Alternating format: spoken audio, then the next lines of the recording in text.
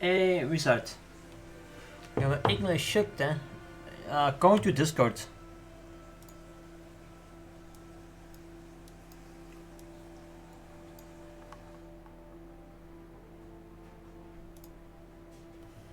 Hello.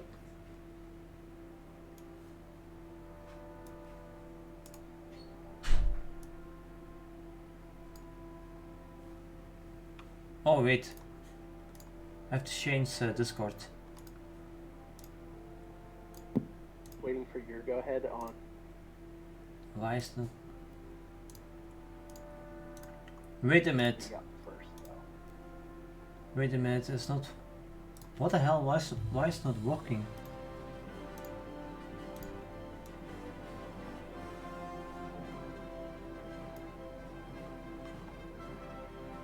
I cannot hear you on Discord. Can you say something? Oh no. Oh. Again, this one.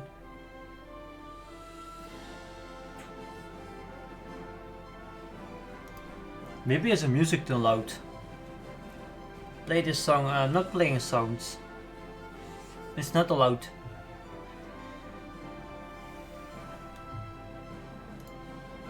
Yesterday it works. Can you hear me now? Testing, testing. Yes. You can say something, yes. Oh, there we go. Okay. So I'm just waiting on your go ahead to go ahead and launch the game. I have it set to hot join. So if viewers choose to join us at a later time, they can do so. But before we launch, you are going to have to ready up. My understanding that the game plan was that I was essentially going to piggyback you, and as you play, I give you feedback and advice in real time, because it's my understanding you're somewhat newer to the game. Okay, fine. Wait 5 minutes and we're gonna start. Okay? Okay. That's fine with me.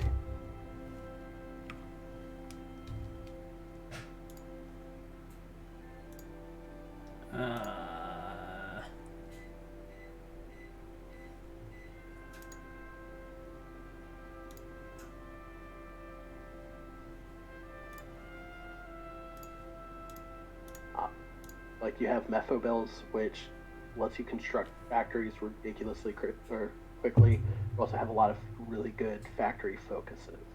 So starting out, that needs to be the priority. So first economic then, eco then. Yeah, you just build up your economy while getting, the core of your army built. Okay, first 2 civilians and then 8 factories, and then focus 3 also looking for eco then. Generally, starting out with Germany, you want to max your 80% zones with civilian factories, because from there, you can just constantly be spamming out whatever you actually need. Be it military factories, be it dockyards, because you're trying naval, whichever path you want to take. But Germany is strong because of how quickly it can build a very strong industrial core. Like, I believe it is the fastest country to get it to where you're producing off of 4 lines of civilian factories at once. It is ridiculously good at that. And so how many civilians factories then? Generally, you want enough that you can have 4 separate lines maxed out going. That's considered kind of like the gold standard for, okay, this is a solid industrial core for Germany. Okay, so I'm gonna make 6 civilians factories first, and then I will see, okay? Yeah. You can start the game. Okay. Yes. And I need that ready up. Dad, can you press ready?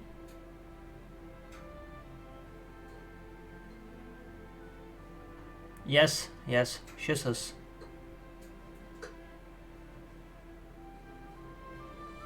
Okay, thank you. It's yeah, there we go. And as a reminder to the viewers, it is set up for you to be able to hot join into the game if you would like to join while we're going. Okay, thank you.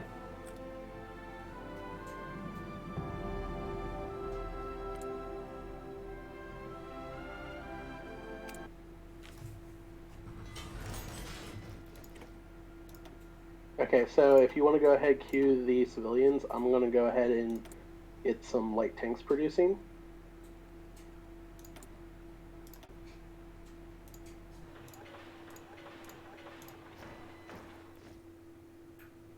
One more. Okay, I've put 6.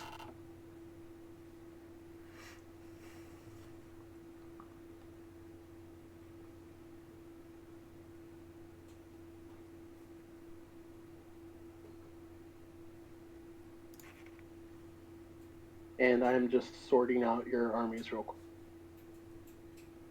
Okay.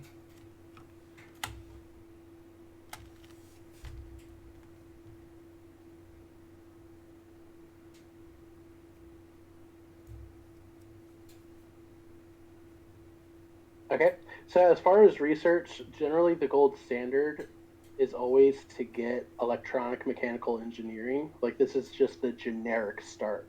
That's the research speed.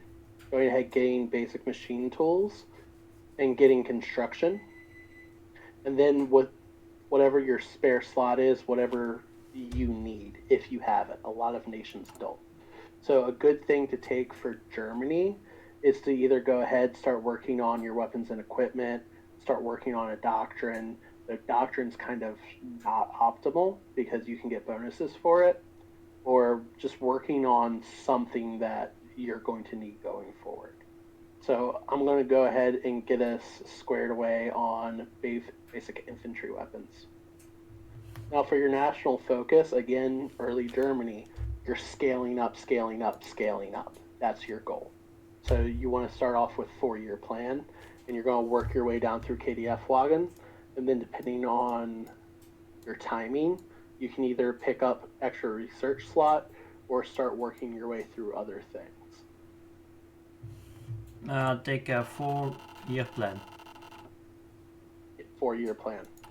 As far as your dockyards, personally, I'm a fan of just letting Germany's dockyards run through and then just pumping out submarines from there. Okay? Okay. So I'm going to take you on a hyper aggro route for Germany. It's very strong and gives you a very solid base. So from here, we're just going to be sitting on political power. Dead, I'm going to go. Yes, hot join is on. Codia 0. I'm going to go ahead and get us going at 3 ticks. Okay. Okay. Okay. So let's go ahead and work out our commanders. So we have an infantry guy. So let's go ahead and get one person on that. I'm personally a big fan of of Guderian as my army thing, just because he starts the best. And can you upgrade it? I'm sorry? Can you upgrade the generals? Or do you need the DLC? Later on with different DLCs you can. And that's why I prefer Guderian. But without those DLCs, Rommel's a good pick. Von Manstein is a good pick as well. Yes, CEO, you can Von choose. Manstein is the overall better pick because he is a brilliant strategist, meaning he makes a good field marshal as well. Okay. CEO, you can choose United States. And then we will go ahead and throw Kessering on someone.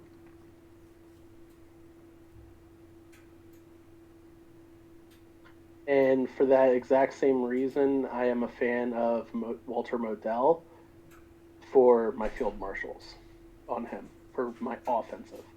So from here, we're just sitting and waiting for political power so we can start getting early war declarations. An important thing to keep in mind with how the game works AIs cannot declare new guarantees if the game is under a certain percentage of world tension. So that means if you do your world war declarations correctly, as Germany, you can get some really strong, really early war declarations off to, say, for example, completely annex Poland and Netherlands before anyone can do anything about it. So attack first Netherlands then, or? Yes, but the trick is you have to be declaring on them at the exact same time. Ah, okay. You can join for USA main. So from here, we are just waiting.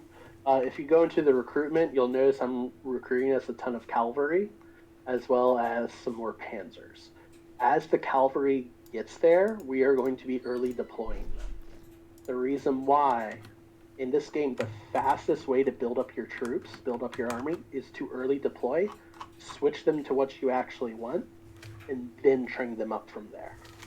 I just wanted thinking about just infantry. Yeah, but it's faster to recruit cavalry and then switch them to the infantry and then manually train them up to veteran. You also get army experience off of it.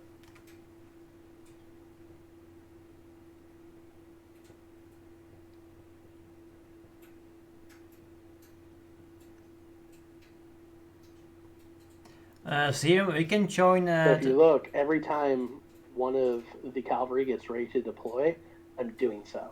I have it limited to only make 2 armies.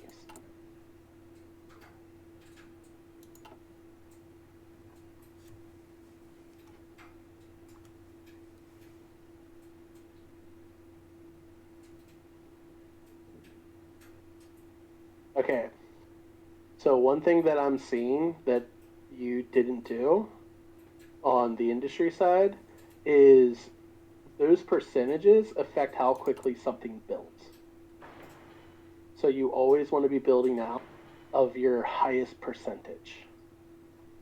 Okay, because that's where you have the most infrastructure. That's where it's going to build the fastest. So I just switched that over to you for your 80%. That's how your initial build you want it to look. So you have to build again, industrial to higher points, right? Yes, because you want to be able to absolutely pump out factories going forward. So we're almost at what we need political power-wise to do the dual declaration, and from there it's just a standard let's play. Now I see it. I have to build their civilian factories. Give me 1 sec, someone's hot joining.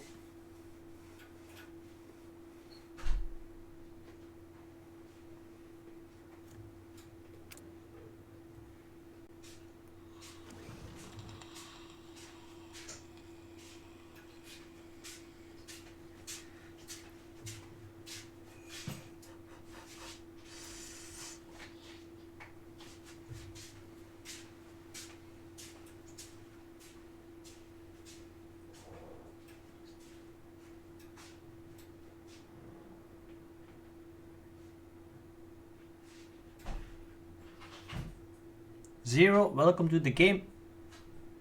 That also, and Mida also, welcome to the game. Have fun. I want to say have fun. Just waiting for him to ready up.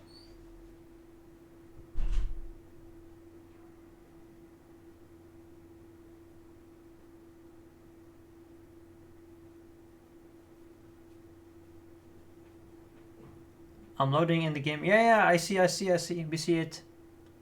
We wait, no problem. We wait.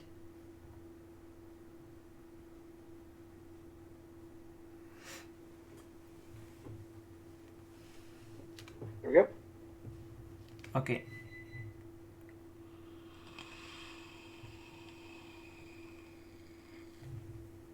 Okay, as far as Air Force management, the easiest way you can do it is just assign your guys to an army. They will auto fly and do their things. And then just make sure you're also assigning them to do actual jobs, which is that upper left-hand tab. So I've just assigned all of our air forces to support our tanks specifically, because that's what we are going to be using to actually push with. Right, there we go. Game's unpaused.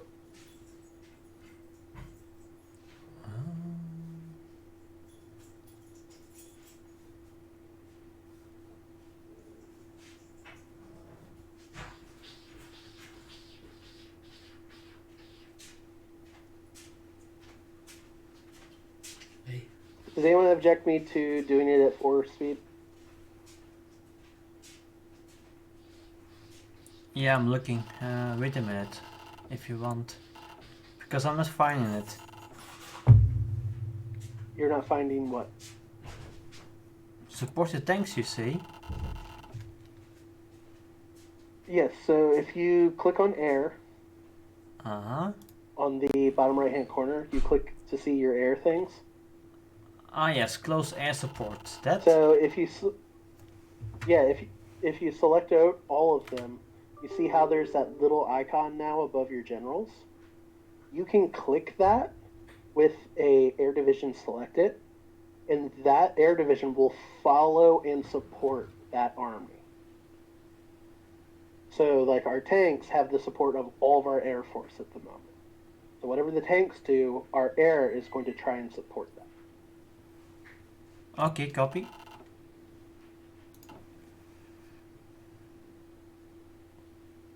It varies how you want to do it. Realistically, you're not going to. I'm answering a question for Dead, by the way.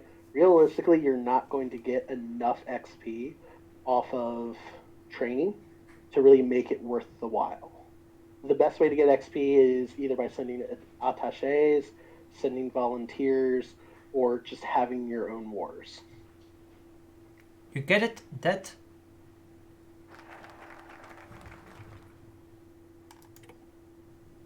Okay, so we got 4-year plan done. As Germany, our next route is autarky. And with that, I can go ahead and justify the wars. Give me 1 sec to pause the game so I can do that for you.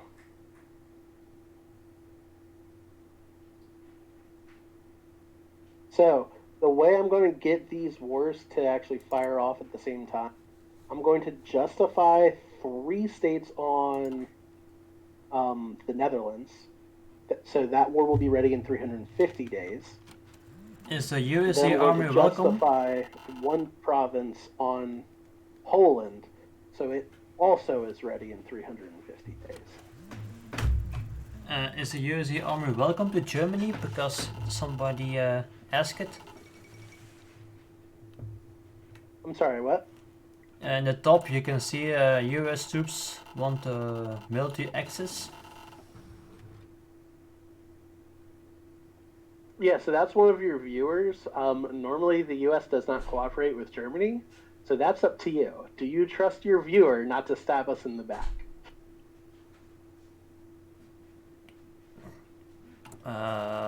You can choose. It's your stream, man. Let them. Now, the important thing to keep in... It's okay, let them You can accept join. it if you want.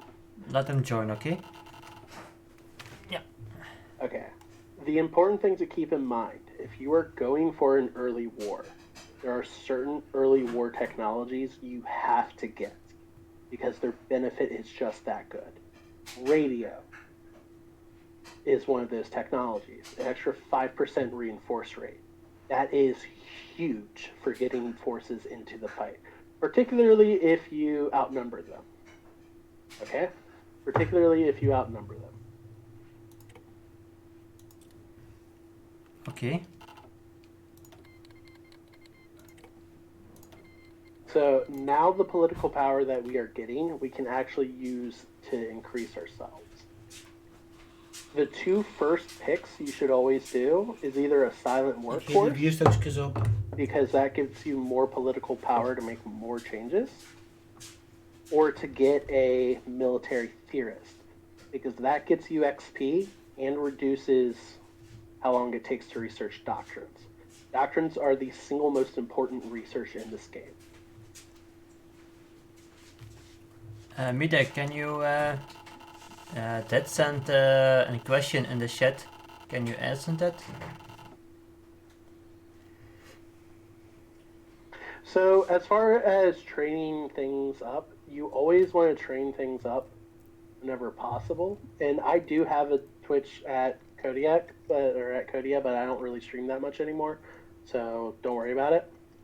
But as far as training your guys, you want to try to always have your guys trained at least to veteran. And the reason why is because it is a 25% bonus to everything for them. That is huge. Okay, if you're just spamming things out and you're deploying as quickly as possible, they come out as, I forget what the actual title is.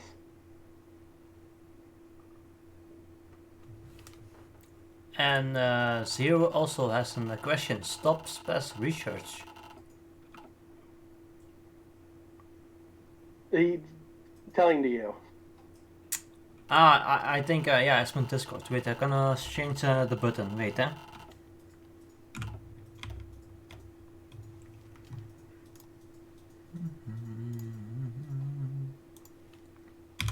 But yeah, so we now have our first modified government option because we're Germany. And Germany is the only time that you really want to pick up something yes. that's not a silent workhorse or a military theorist. And that's because they have access to Hjalmar Shot, which gives a additional 10% bonus to civilian construction. So I went ahead and picked them up for you because that is just a good thing to have.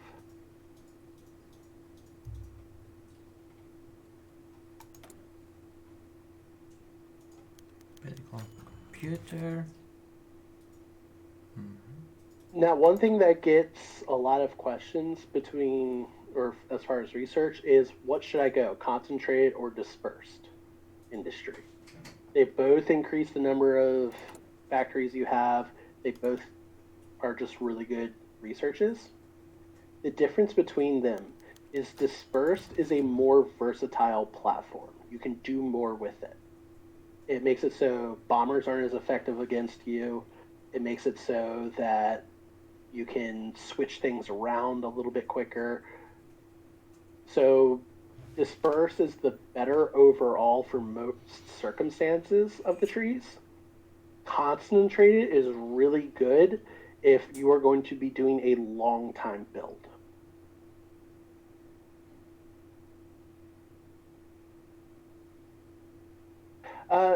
At Dead, that's a really good question. It really is kind of down to your scenario. In this, Germany starts strong enough, Russia starts strong enough that you don't really want to throw away all of those divisions because it will take time to train them back up. You do get more XP from training, if I recall correctly, from training just one. But again, it's not nearly enough XP for it to really be worth it. So unless you're on a country that has, 6 divisions total at start, you don't really want to do it. Because it'll just take too much time to build back up.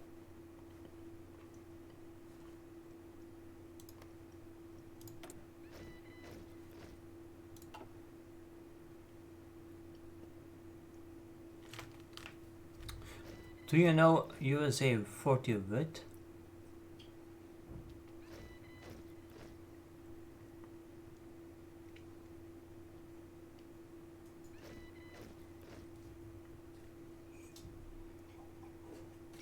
I don't really play USA. I've never enjoyed it.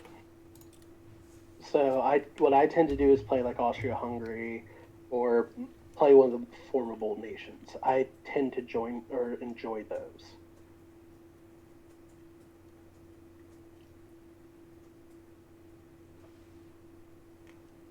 Okay, so we have our first army done and trained.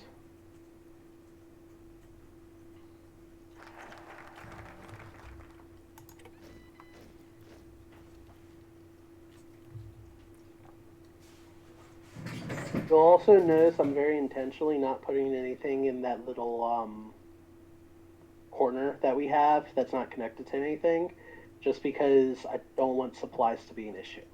The important thing to keep in mind is you can't just stack all of your forces wherever you care for it. You also have to make sure that you are putting them in places that they can get the materials they need. So we have autarky done. We need to do the focus that gets us more factories. Hermann Göring Werke.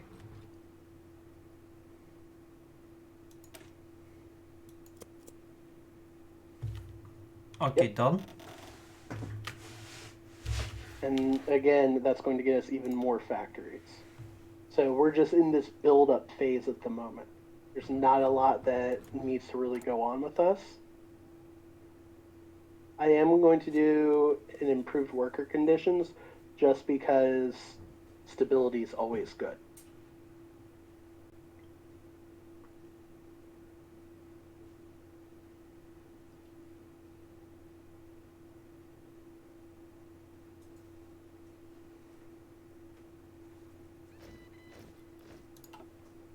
Okay, learning a lot. As a reminder, when training something, and that's that cog training, you always want to shift click that cog. The reason why is once it gets to as high as it can train up, it will automatically stop.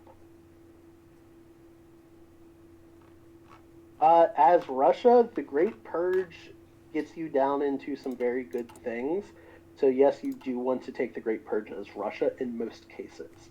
Unless you're trying to Moest switch ik dit over to opeten? Die Trotsky grote or stukken. do something special, the Great Purge is the Schat. historical route. Schat, moest ik die grote stukken opeten? Ja, Ah, oké. eet jij die 4 pijntjes op, hè? Dat is een Ja. grootste. Ja, eet jij die grote dan op?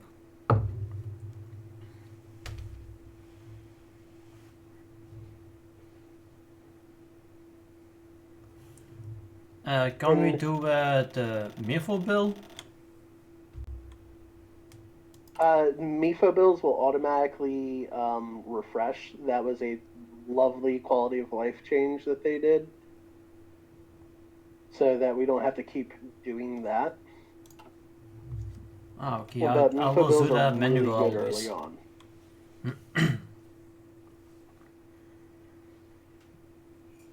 He say he have more than 1,000 hours in the game. So he's a good player then, eh? Yeah, I've played this game a fair amount. I'm not an expert by any means. But there are certain things that I've learned that severely help. So you'll notice I have a couple fronts. Those are just for the purposes of being able to auto have guys go out to those divisions as I train them.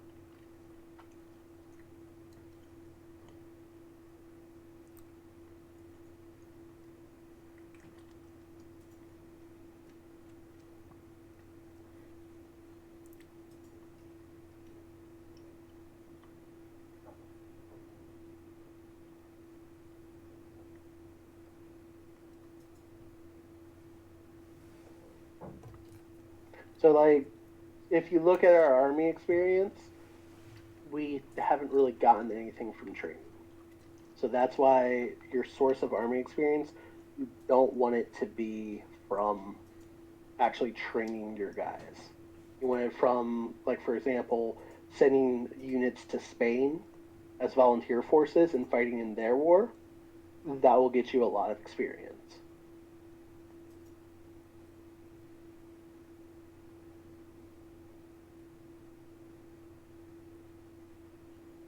I mean, Russia just has a lot of issues, Dead, because of the sheer size of it.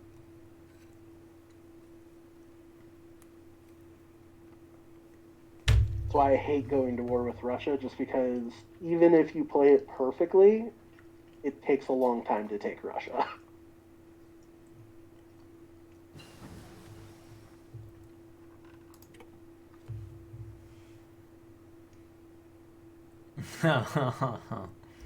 Anyone donate as I shall see you do squats. I'm gonna bump it up to force speed, so it goes a little bit quicker for us guys.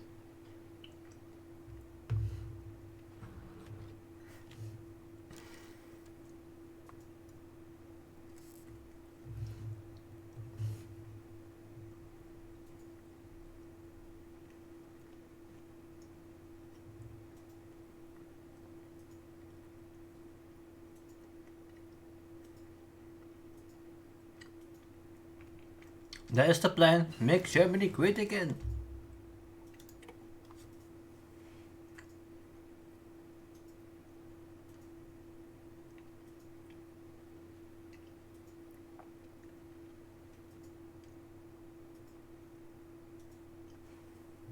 So you'll notice if you go over to the research tab, almost every research we have done has been in industrial. Because that's what our focus is as Germany here in the early stages.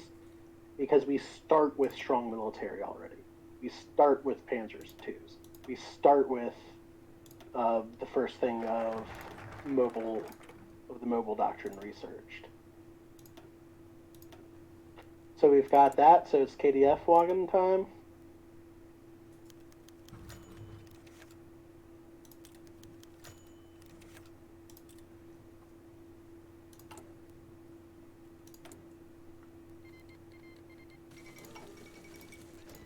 Okay, so here is a choice that gets into Germany. Republicans, the fight between Republicans Who's our and enemy? The IE, I think. the Civil War is a really good opportunity for Germany to get army experience. We're not really going to need it because we're about to be going to war with Poland and the Netherlands. Most times, if you aren't doing that for whatever reason, such as you're in a multiplayer game, Germany needs to send volunteers over to fight in that civil war. That way they can get that experience. Okay. We don't need it because, as I said, we're going for an early war versus Poland and Netherlands. Okay.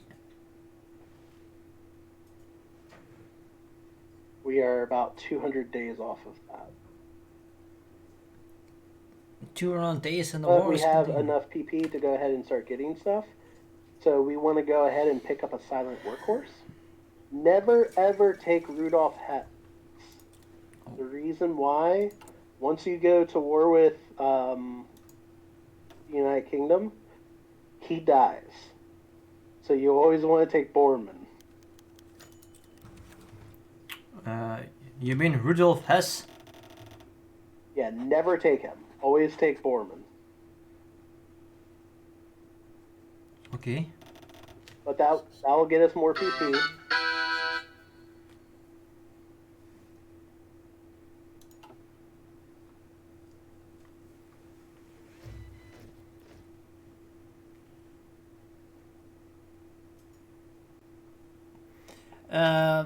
Dad, Mr. Tata, welcome to the stream. And from here, we're just equipping out our army the rest of the way.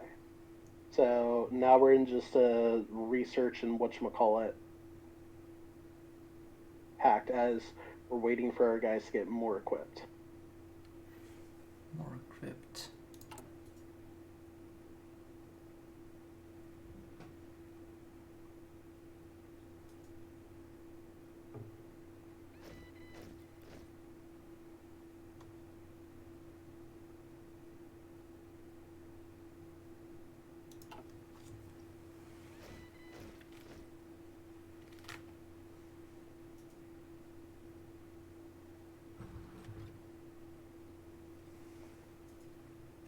We've got the next thing, so we're going to go ahead and get Heinz Guderian as our military theorist.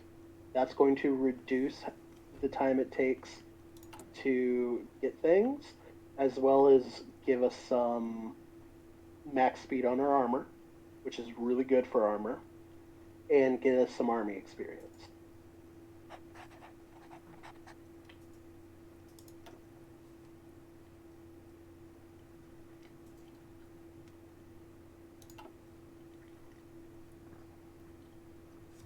So you'll notice in the span of just a couple months, we're up to 12 tank divisions. They're not equipped.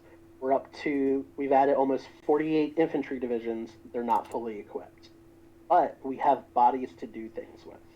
If you go to our production tab, you'll see that we have a massive deficit that we're now going to start trying to eat into.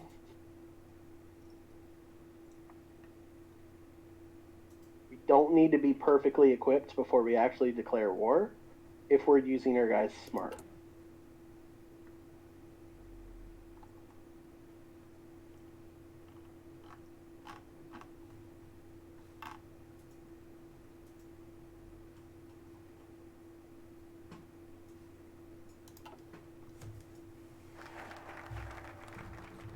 now we're going to pivot real quick and pick up Army Innovations. The reason why, it gets us access to a very strong Army commander, and it gets us access to faster doctrine research. As you'll notice, we still haven't researched any doctrines yet.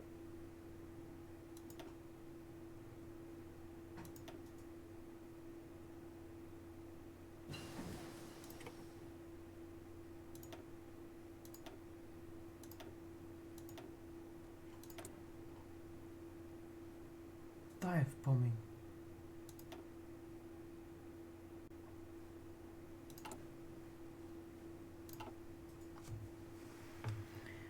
So good so far. Yep. Alright, I'm going up to max speed, everybody.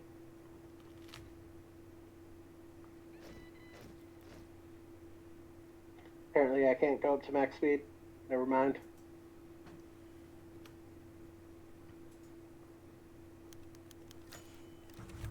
So we need a little bit of rubber. That's why we have the insufficient resource. It's not really make or break for us at this point. So we don't really need to be too worried about it.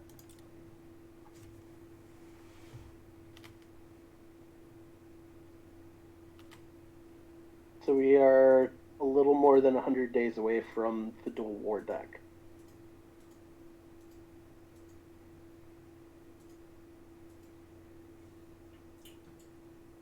Just going to reorganize our Navy real quick.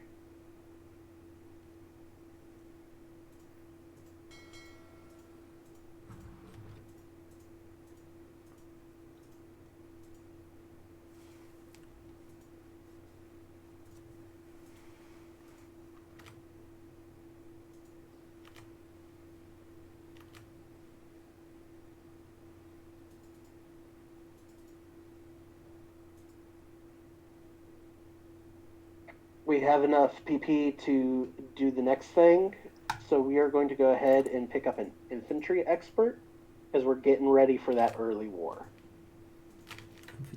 That makes our guys 10% better at attacking and 15% better at defending. Really strong. Okay.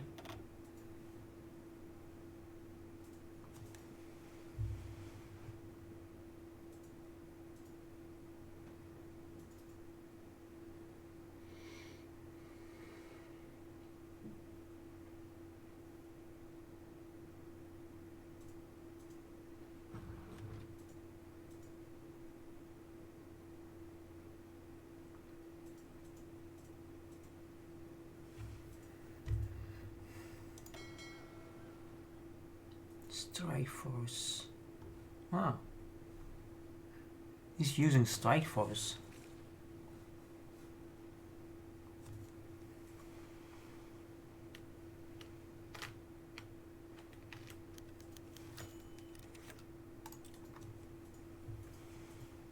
So, do you have any questions about how I've built us up at this point?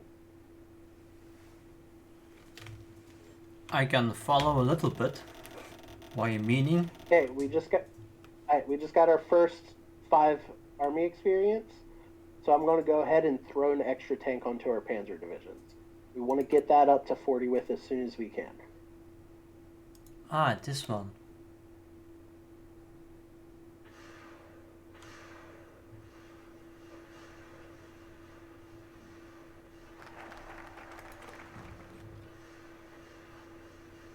We have Army Innovations. Let's go ahead and pick up that research slot.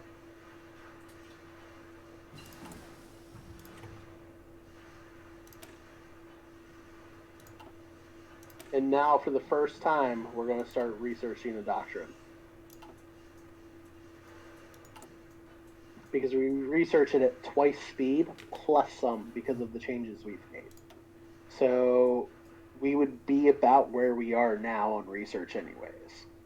We'd be a little bit further along researching the doctrine, but now we've gotten so much more research done as well.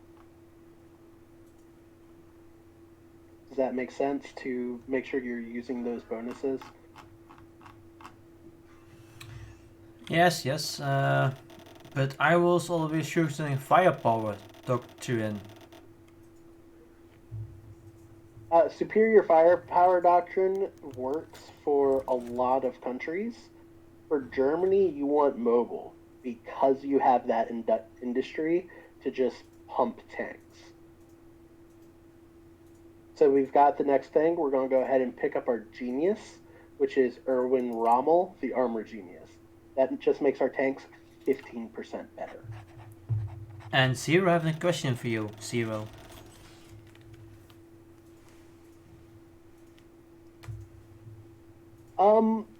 Kodia, what would be very beneficial for me is if you just completely pump out naval bombers.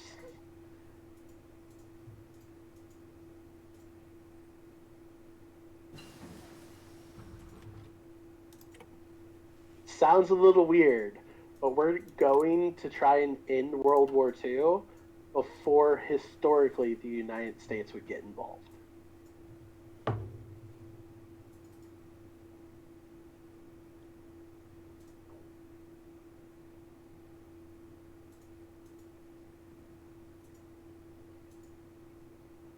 Okay, so that research is not in here because it's not manned the guns. And do we now have military factories now, or still civilian? Still civilian. We're not at full 4 racks yet. We're almost there. Germany starts out with a ton of military factories, so you don't really need to pump them early. It's not like, you know, Netherlands that starts with next to nothing that you need to get some early ones on. Just naval bombers, Cody. Just naval bombers.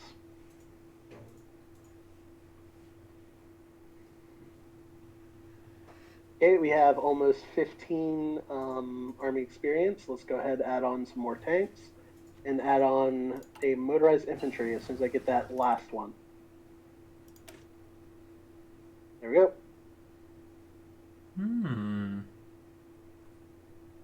Light tanks, infantry, okay.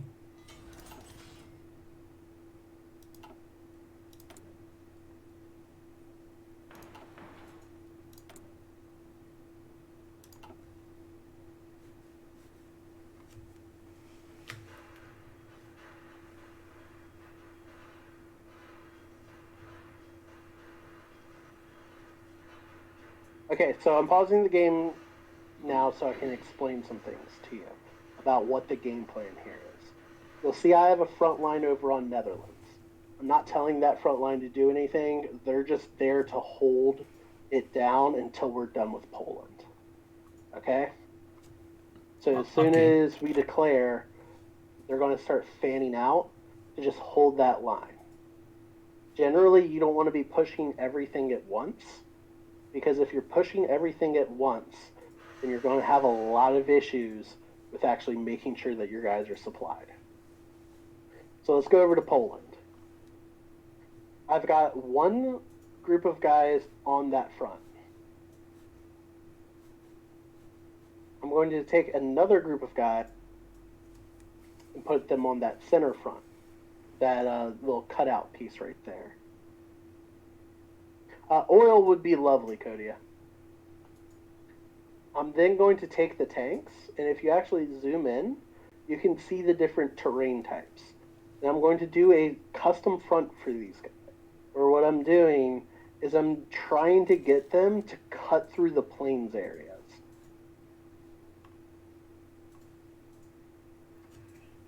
So the army above is just for defending the north, and you can assign the plains, right, for the tanks. Yes, I want the planes to go through that purple area. I'm not a noob. I'm not a noob. Predominantly. Because my goal here is to cut off half their forces. So they are easily defeated then. Yes.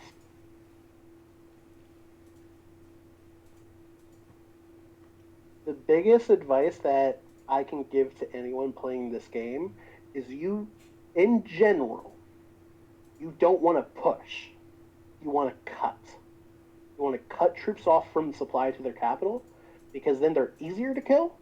And when you actually kill them, that unit is gone and they have to completely retrain it. Okay? Like you've seen how long it's taken us to build up to this point. You want to make sure that your enemies are having to do that over and over and over again. To answer your question, Dad, whenever makes sense. And it makes sense to convert from civilian to military when like you're desperate on supplies, but you don't have to build or repair anything. Generally, it's better to just have an industry going and building more, but sometimes, like say, Germany does a surprise declaration on you, like we're about to do against Poland, then you'd be wanting to convert over so you can pump out guns. So I'm going to go ahead and end our training so that our guys can get organized up. I'm going to switch our tanks over to aggressive because I want them to take territory quickly. And then I'm going to let them go ahead and move. Okay. Unpausing the game.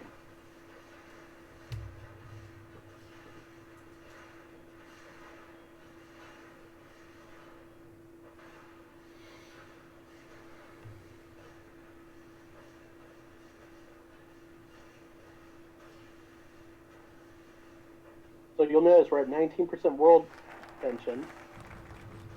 We have 2 declarations about to finish to get a ton of territory.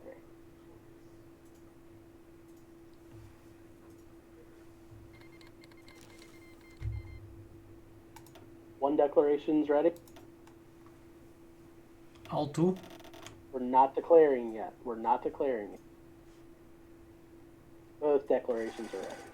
So we're going to pause the game. This is important versus AI pausing the game here. We're going to immediately declare on both and begin our attacks. So by pausing and declaring on both, the AI would not have a chance to justify the other guy because declaring increases world tension as well. As a reminder, you need 25% for AI to start throwing guaranteed out. If you look, we're now at 31%. Because we're already at war, they're not going to get involved. Smart thinking. Okay? Okay.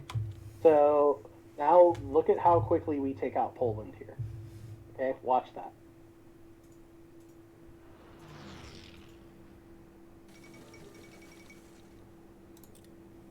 As our tanks finish getting...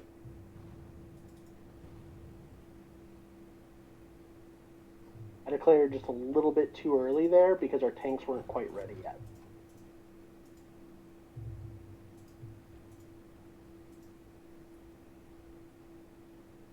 But so these guys are attacking here on the left front just to keep those guys there so they don't reinforce.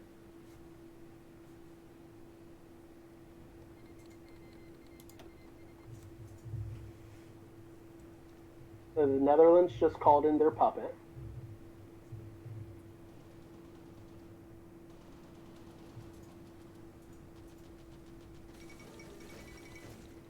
We're only a day or two in and we've already taken their capital.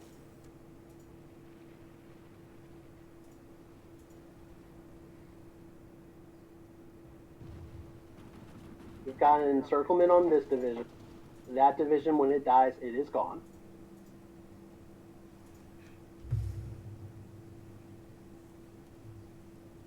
Netherlands is still holding on the far left.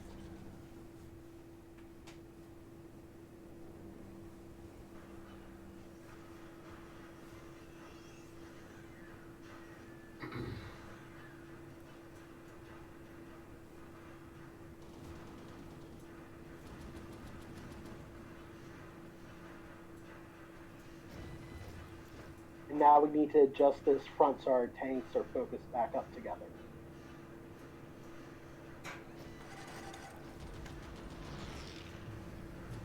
So you'll notice I just dramatically shortened that purple one.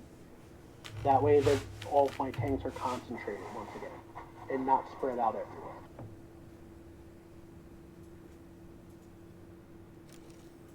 they are now cut off. So from there, I can tell my tanks, stop what you're doing.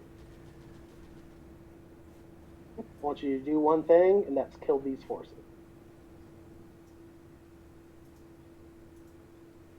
Because they are no longer connected to the new capital.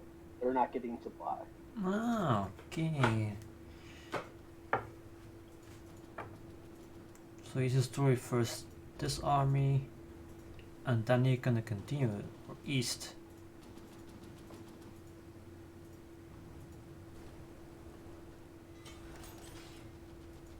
And we just got a military factory. We need guns, we need tanks. We need support equipment.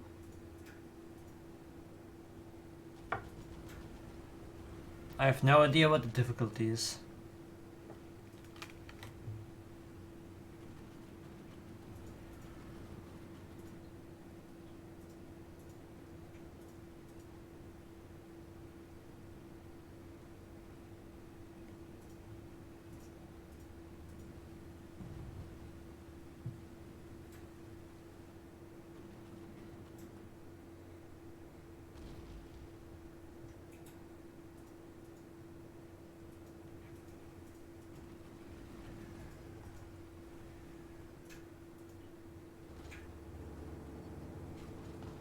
And the capital just switched to Danzig, so we want to pull our tanks off of that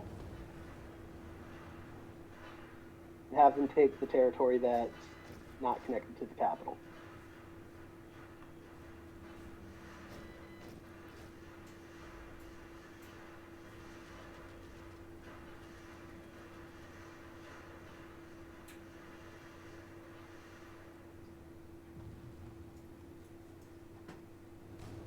Oh, game was paused.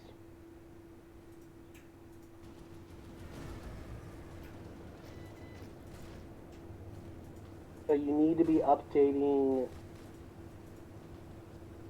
I'll answer that question in a second, Dad. So you need to be updating your attack orders regularly. You don't want to just be slamming in. Because by slamming in, all you're doing is telling your guys, go face first into a meat grinder.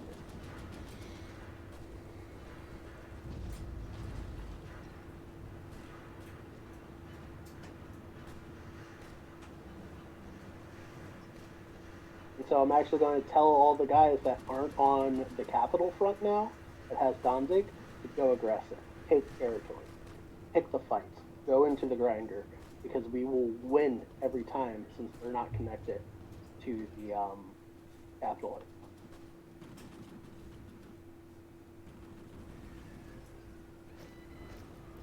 Oh.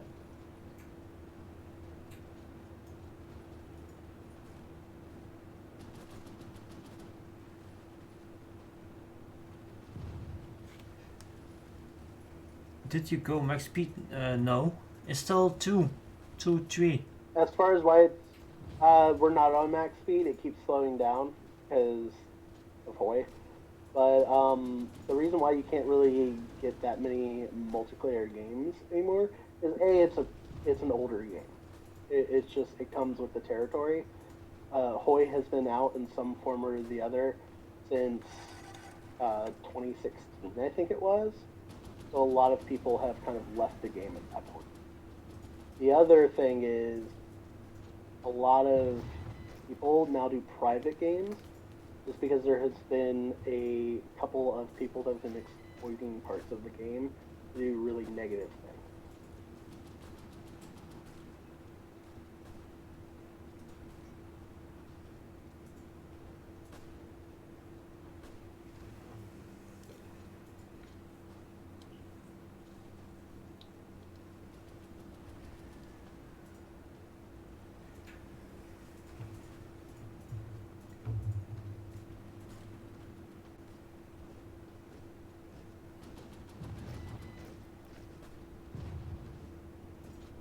Multiplayer, I think, then. Only I'm private holding games. max speed here just so it goes a little bit quicker. You can see the results of what we're doing.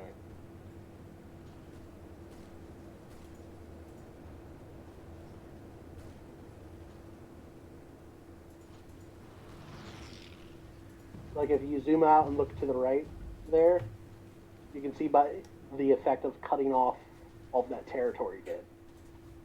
Oh, it's now 3. 1, 2, 3. See how quickly we're taking it? Much easier than I did. And Poland capitulates. So we're going to go ahead and we're going to do something interesting here that I like doing. And we're going to be taking most of this territory.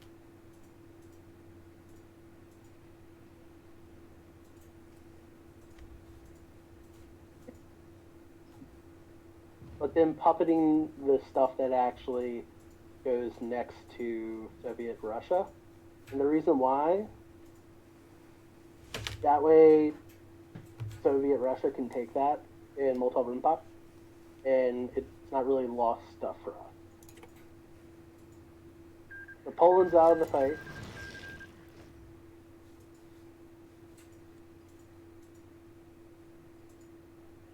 We now tell all of our army, we're still at war with Netherlands.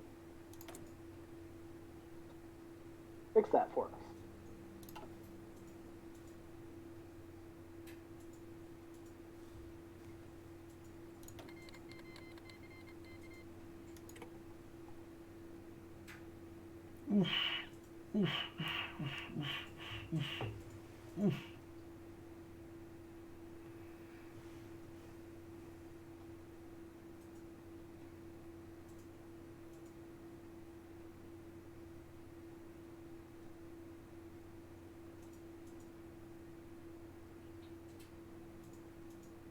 And the Netherlands should just crumble under the German might here.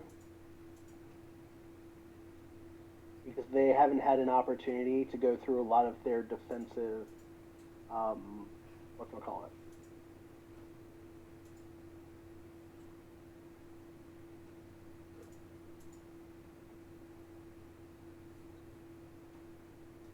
it? I declined AI control on it.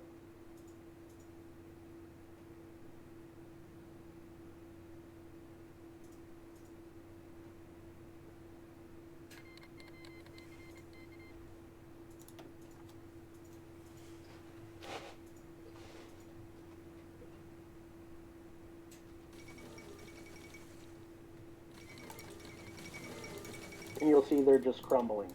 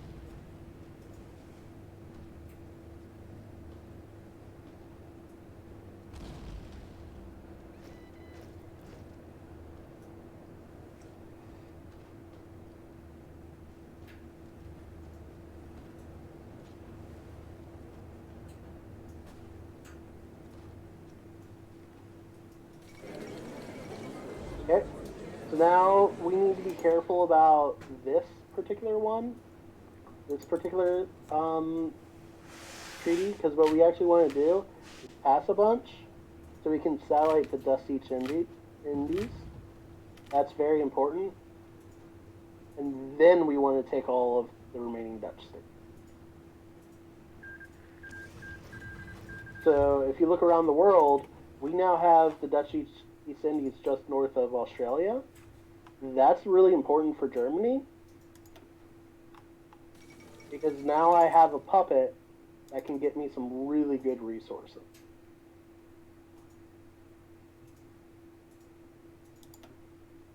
If you hit F8 to go into resources, you now have access to a ton of rubber, to a ton of oil, to a ton of plastic, which is what Germany always struggles on.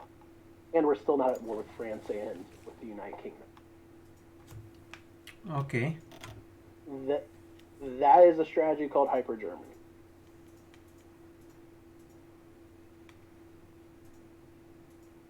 Try reconnecting, Kodia. Maybe I missed the prompt.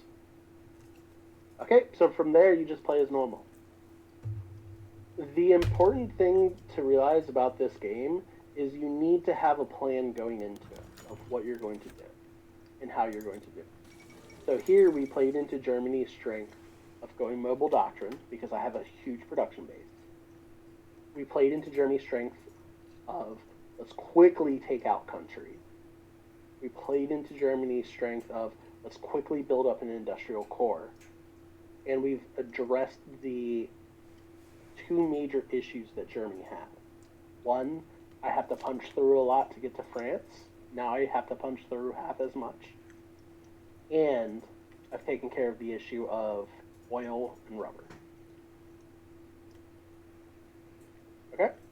So where would you like to go from here? Czechoslovakia.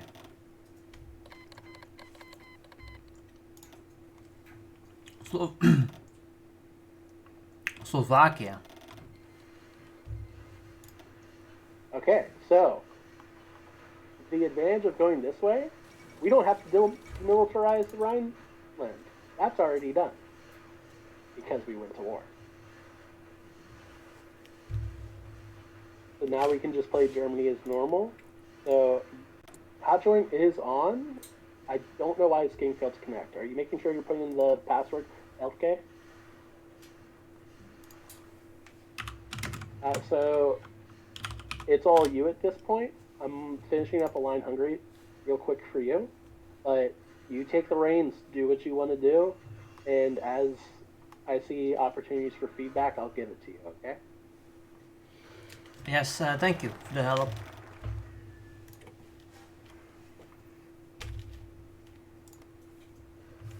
But if we go to war with Slovakia, Romania is also on war then with me, with Germany. But you're Germany, right? You have focuses to take over Czechoslovakia without ever having to go to war with them. So let's work on those.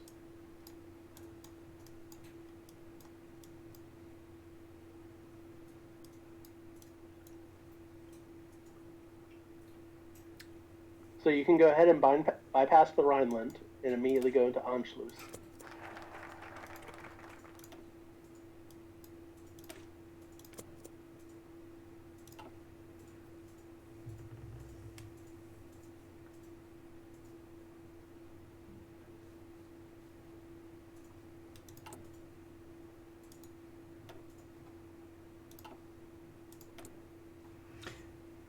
And how I fix the resistance?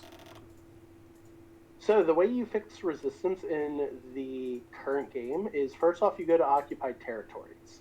So you get into that by clicking or by hitting to open up your thing and then clicking occupied territories. What you want to do first off is switch off infantry division and switch over to cavalry brigade. In the upper left hand corner of the occupied territory screen. You'll see, yeah, switch over to cavalry. I just did it for you. And then what you also want to do is go into your templates and edit your cavalry brigade so that it is just cavalry. You'll notice that there is a stat called suppression. That basically is how good is that division at actually keeping down resistance and removing. So I'm going to go ahead and do that. It's going to cost us 75 army experience, but once we get it, we're done. We never have to do it again. And so if you look at the new design, it has 30 suppression. So that's a really good suppression. And if we go into the resistance tab and go into the recruitment tab, so garrisons are always taking priority, you'll notice that most of the areas now have green arrows because the resistance is going away.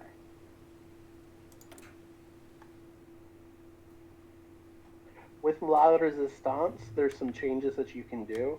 For example, you can have spies do it for you, so you don't have to be as expensive on your garrisons. But without La Resistance, you have to do it this way. You can also garrison more cavalry over top of it, also suppress it down, but it's not nearly as effective as just making sure your garrison's right.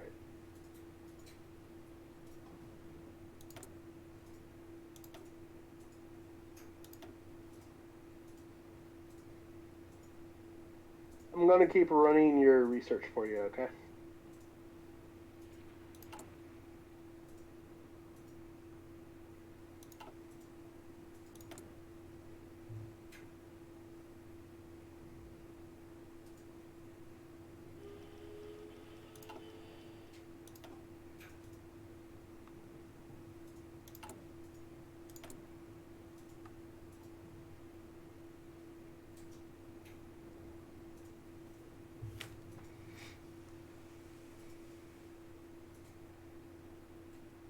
Ah, okay, that.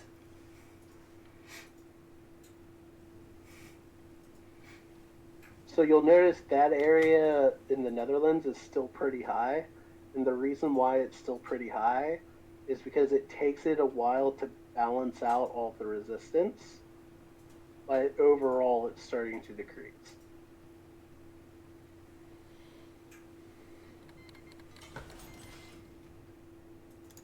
Okay, and MEFO bill payments are done. So we have all of our civilian factories now. So you can go ahead and pump out military factories, pump out dockyards, whatever the direction is you want to take Germany at this point. And now demand Sutherland. Yeah, you can go demand Sudetenland, you could go research Eastern Claims, you could go demand Slovenia. Sudetenland is probably the best benefit, but they're all valid options.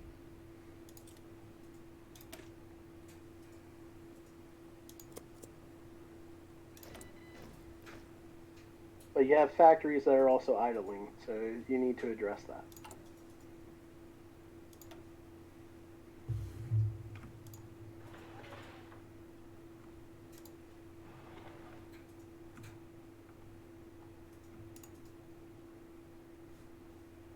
Wait, I'm doing already something wrong. Resource map.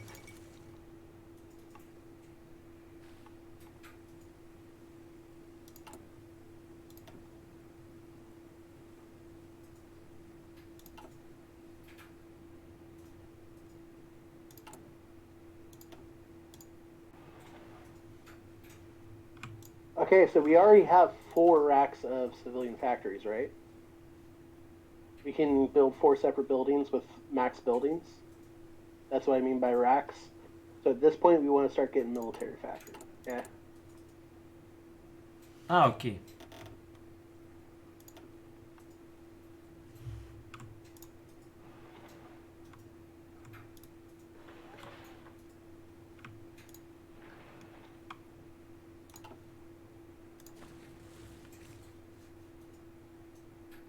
A little tip for building, always build up your starting state first, then build up exterior territories that you've taken.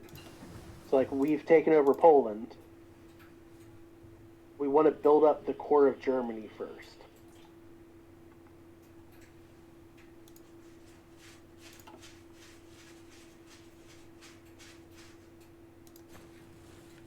The reason why is because though, that is German territory at this point, we actually don't get all of the factories that are in it until its compliance is really high. So build first in Germany and then maybe in Poland then. Yeah. Anything that's a core territory. Austria is core territory now because we convinced them to join us.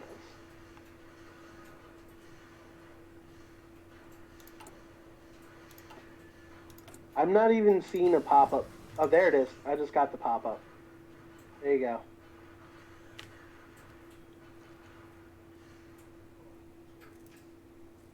Yeah, I wasn't getting the pop-up, Kodia, but I just got it, so.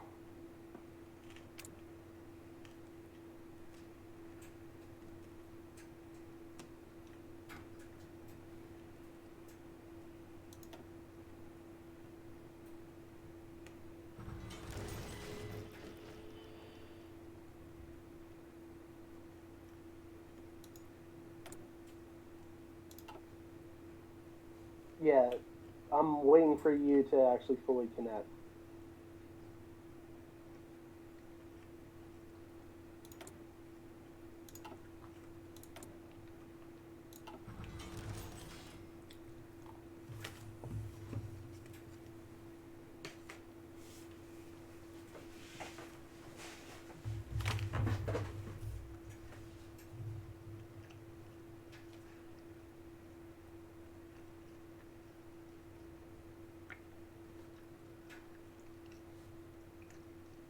Alright.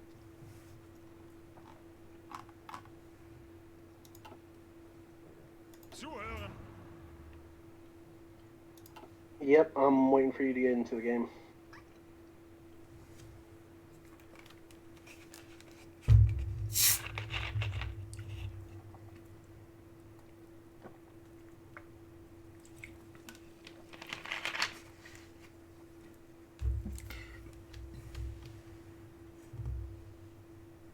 So while we're waiting on him to join, I'm going to talk about some of the advantages and disadvantages of this particular strategy for Germany. As I said, this is called Hyper Germany. There's another Hyper Germany where you take out France before, whatchamacallit, before anything else. Because there's a strategy where you paradrop just literally just one division of paratroopers onto each of their core states or their victory points in northern France. That gets you even stronger, but it takes longer to get to that strength. And the advantages of doing that is you get all of France, you get all of France's puppets, you get all of that without ever going to war with the United Kingdom. It's kind of spotty if it actually works, because it depends on whether or not the French troops have garrisons in those things. And it requires you to specialize more into air early on, so you can actually drop those paratroopers. We obviously didn't go that route, but the advantage of a Hyper Germany is you get a ton of army experience. Like, we still have 118 army experience to throw into troops. You get a ton of factories. You get a ton of resources. The disadvantage to Hyper Germany is that when you actually go to war with the United Kingdom, there's less time for you to take them out before the United States gets involved. You lose about 6 months. I have never taken Britain alone with Germany, so It's a very simple thing to take out AI Britain. Incredibly simple. All you need to do, spam naval bombers, set them on the English Channel. Patrol the English Channel with one destroyer or one sub until you sink their entire navy. You want around 2,000 naval bombers before you even give the order to start bombing the English Channel. so I have to make an early game then naval bombers then. Yeah. From there, it takes about a year to sink enough of the fleet for you to then tell your fleet to go into the channel so that you can navally invade across the English Channel. Yeah, I can try that another time. Yeah.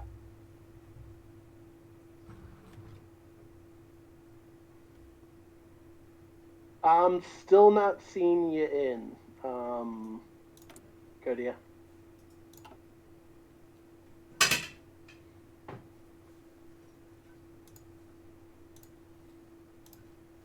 But if you're playing exclusively multiplayer, you don't want to do Hyper Germany. And the reason why is if someone's on France or the United Kingdom, they can see what's going on and easily justify one of the nation, or not justify, easily guarantee one of the nations that you're trying to deck on.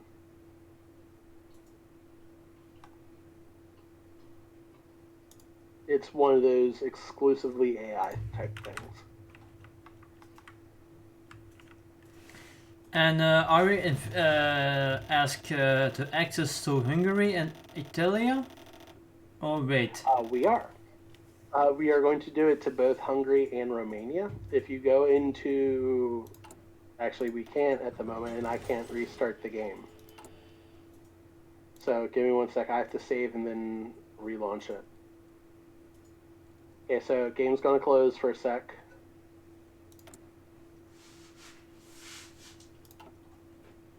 The game bugged out on my end.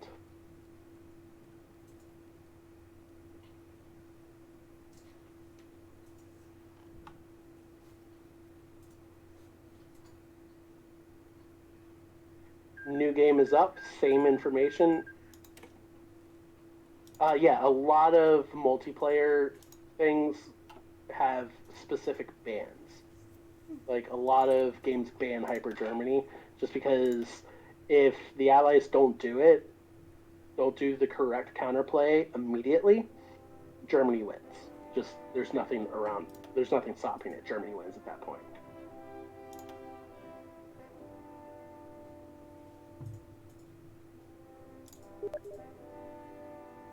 New lobby is up, guys.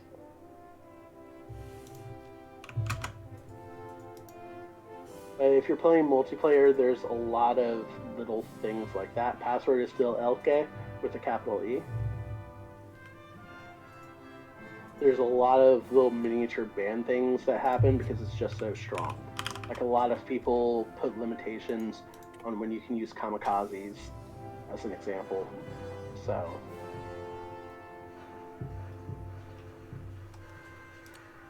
make sure you are taking over the same country. That you have to go back and take Russia.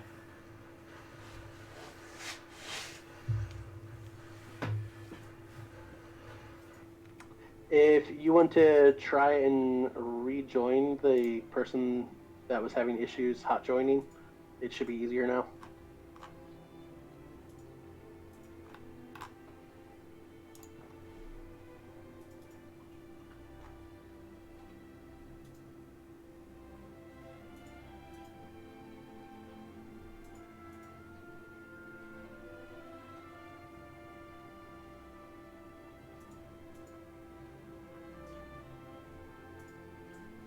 Yeah, once you know enough about the game, it is super easy to take out the AI. No mod. There's no mod. This is not modded, Panzer.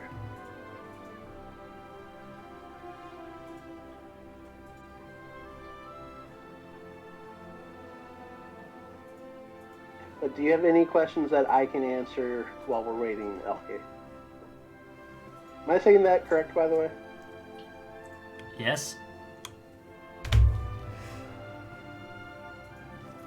So we're gonna wait a couple minutes and watching see if we can rejoin then now. Yeah, maybe we're want the waiting Panzer to also see, join? Yeah, like anybody can join and take over one of the other nations. If you're joining, I would encourage you... Oh, hold up, I did not even... Give me 1 sec, I did not load the correct game.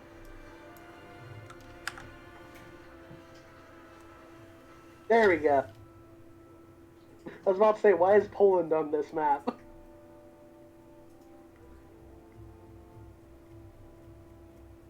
Can you try again? You was in the room, in the lobby. Have you tried fully relaunching Zero? Oh, you're in game now. Panzer, you also want to join?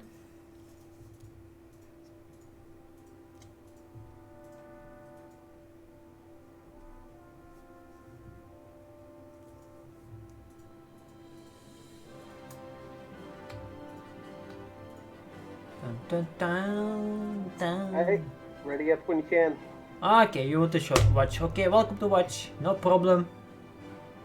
You're in the room. Ready.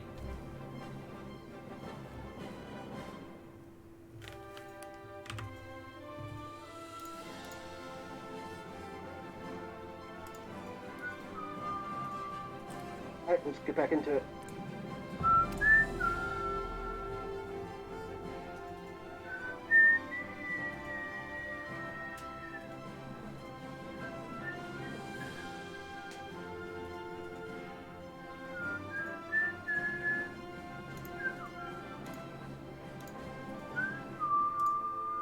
Ready, back up, 0.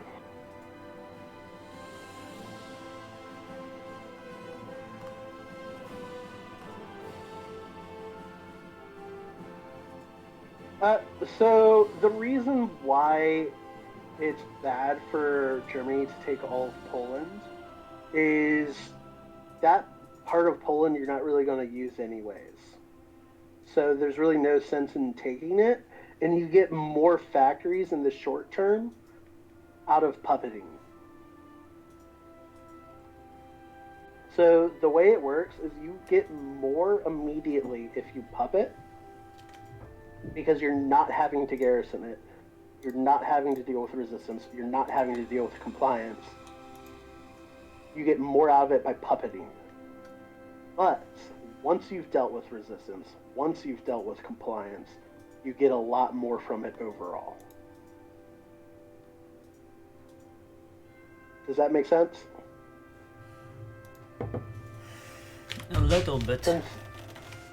Since I'm not going to be able to hold on to this anyways, because Molotov-Ribbentrop Pact, so that Russia doesn't get an early war declaration on me, I don't want to actually take it anyways. Okay, so I think said, not. I think not. Russia or USA will declare war.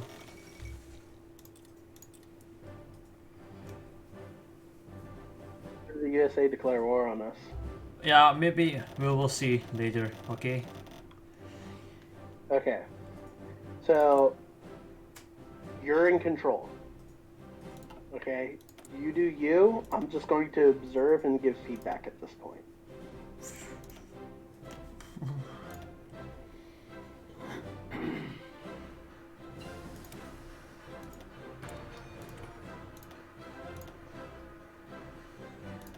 If you want me to pause it at any point, just let me know.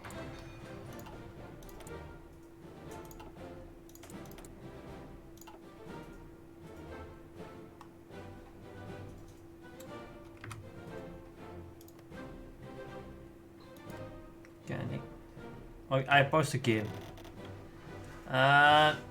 Question: if you do know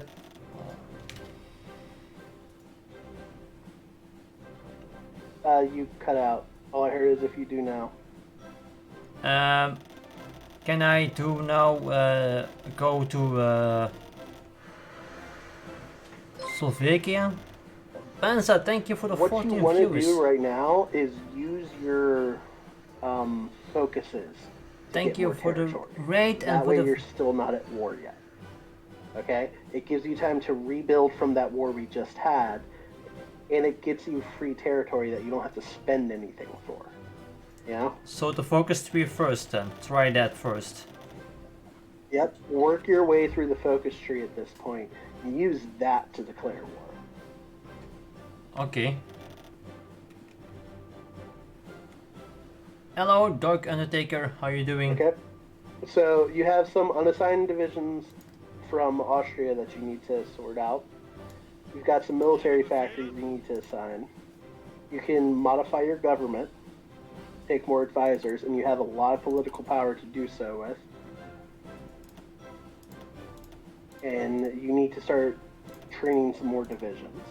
My recommendation would be tanks, and then maybe another full army of infantry.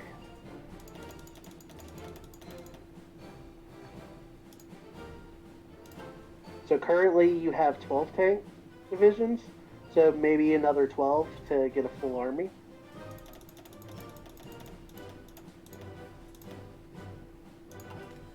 Learning the game, learning the game. So that's going to get you a full army and a half. Because you have to remember, you already have 12.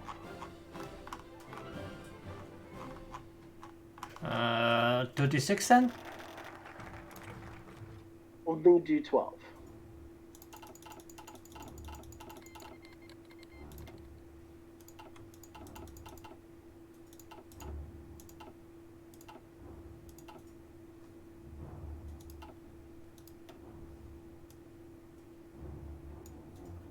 Demand Slovenia. That's a good option. Research Eastern Claims is also good.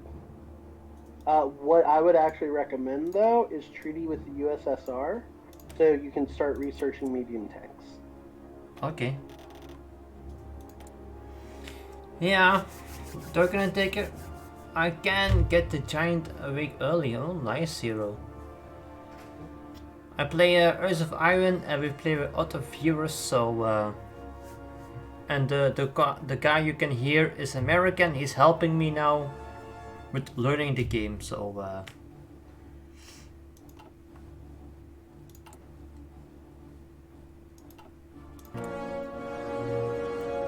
Jacob, thank you for the follow. Thank you. Okay, so I went and started producing some naval bombers for you, because you're going to need them eventually in order for you to be able to take out Great Britain. Thanks for the follow, Jacob. Hello.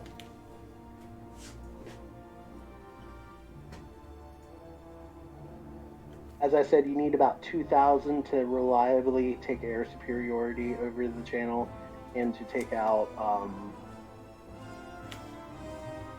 the British Navy. Do you are making now naval bombers? Yes, with your extra factories. Naval bombers. Germany doesn't need much to be a powerhouse early.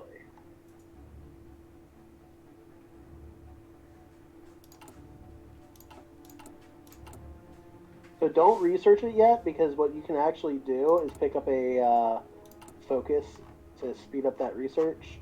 And you have to keep in mind, every research has a year, right? So like, if this research was 1940, for example, if you research it in 1936, it's going to come with a huge penalty to research that. So you are generally better off looking for the researches that you don't have a large penalty on, getting those done and getting those out of the way, so long as they build towards what you're trying to go for. Germany, at least fascist Germany, is mostly a land and air-based nation. It doesn't start off with a great navy, doesn't start off with a ton of ports, doesn't start off with a ton of naval factories. So generally, you don't want to go that way as much as possible. The Civil War. Oh wow, Republican Spain won. I did something wrong, I think. I did. I. Enjoy that ally there, Soviet Union.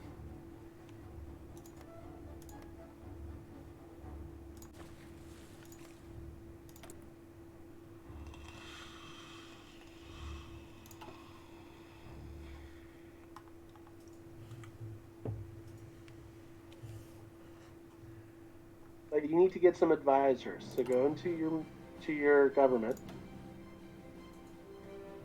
That's Q or clicking your flag and get some advisors. You're going to be building military factories, right? So get that guy that helps.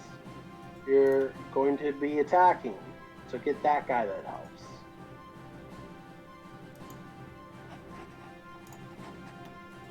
You're Germany, so you're going to be taking a lot of territory. You want to get a Prince of Terror.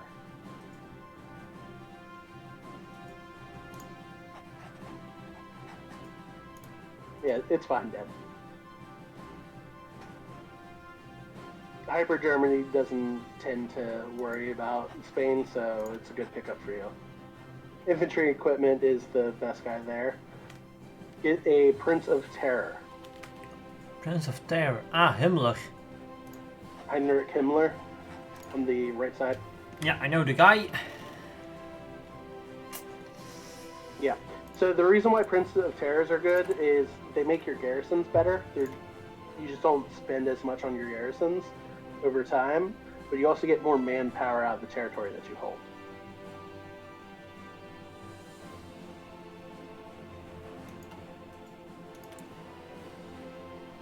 You don't need to worry about that second stat, the subversive activities, because you don't have la resistance. That's where it really comes into play. But why you have activated limit exports? So, that's actually a very good question. At this point in time, because we're not at war, it actually makes a lot of sense to go over to free trade, so everything builds faster.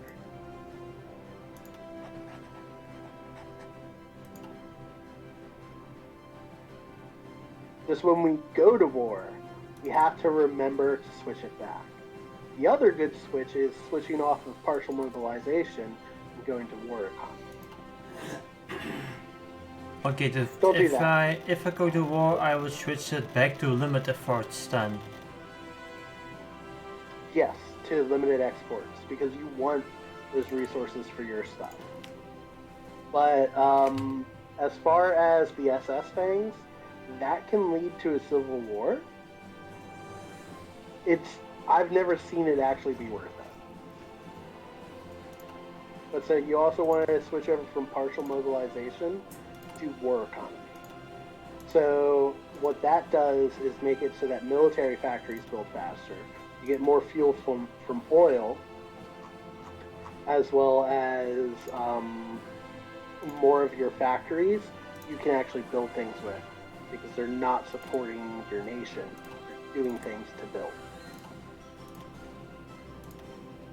So if you go over to the construction tab, just switching off of war economy has gotten us almost 6 racks of construction. And do you have to make fuel and silos? Not really, because we have whatchamacallit. We took the Dutch East Indies, remember? And that gives us a ton of oil. So if we're ever low on fuel, we can just trade with our puppet to get a ton of oil. Okay.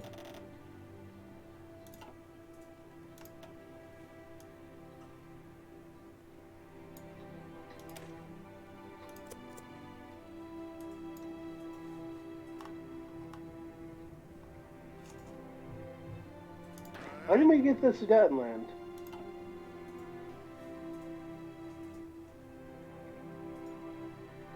I just realized that. We didn't get the Sudetenland for some reason. Nor did we get the war goal if they refused. We have nothing.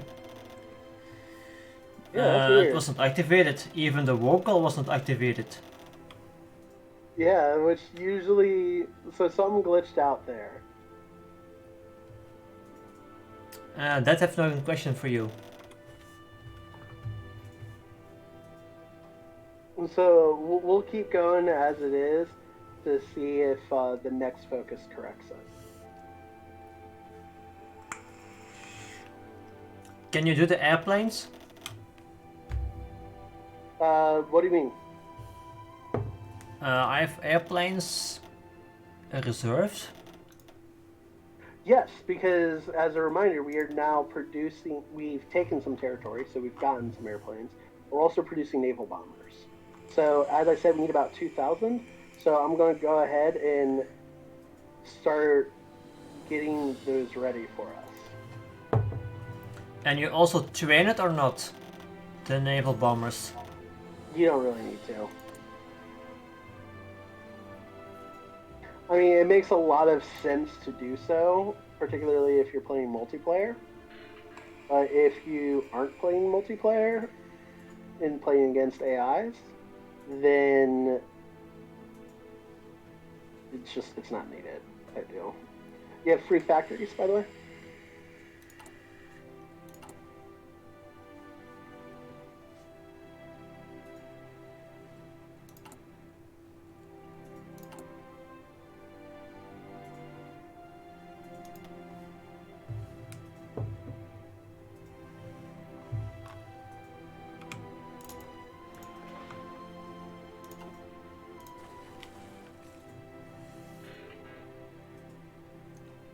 Nice, Zero. Nice, Zero. Just hold on to them until the war actually kicks off.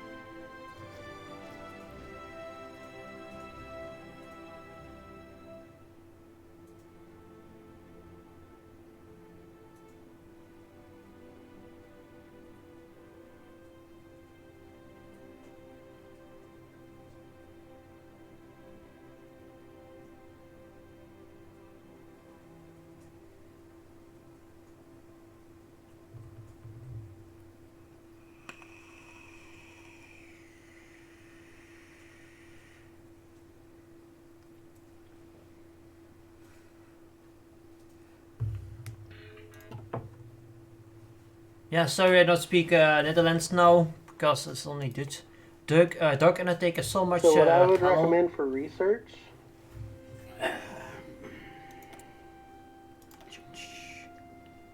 Russia, did you not accept the treaty?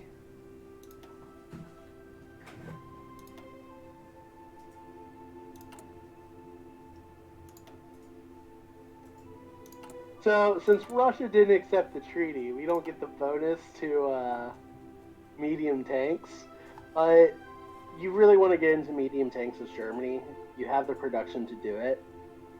We didn't get the bonus from that either, which is weird. So we're building now medium tanks then. We're not building them yet, but we're researching.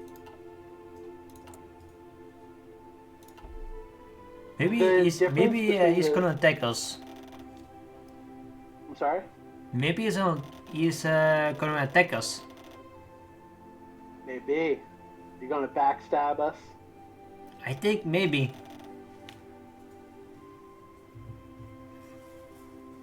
Okay, but so the way it works with the different tanks is light tanks are really good for taking a ton of territory because they are super fast. Medium tanks are the best overall because they're very strong, but they also have decent speed. Okay? Heavy tanks are just beast units. The issue is they go very slowly, and they take. And give me one sec. And the other issue with mediums, or with heavies rather, is they take a lot to produce. So they're really good for punching through heavy fortified areas, but you don't really want them as part of your mainline doctrine. You know, they have a role, and they're really good at that role, but generally you want to use lights and mediums. Mediums are better overall than lights, but lights you can pump a ton out of. Maybe a small division, 10, 12 divisions maybe? Yep, and that's exactly how you want to use them. As Germany, on a mobile warfare doctrine, your infantry should not be the people that are making your army push forward. You So the don't have tanks make a manpower difference for then. it. You want to be pushing forward with your tanks, and then your infantry comes and holds the territory. Like the Blitzkrieg then. Exactly.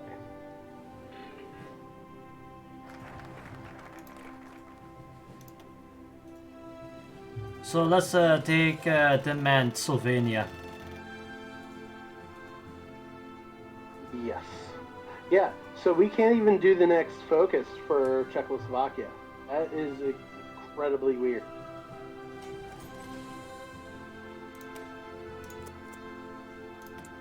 Like, I've never seen that happen in all the time I've been playing Hoi, where Czechoslovakia refused, and you didn't get whatchamacallit. Maybe checking the railroads? The building infrastructure, you don't really need to build infrastructure at this point. I would encourage you to just keep pumping military factories at this point, build up your military core. I don't know what I can do to fix the Czechoslovakia situation. What we might just have to do is beat Czechoslovakia once we go to war with France. Or after we go to war with France, rather. Which is a shame because there's a lot of military factories there that we could have picked up.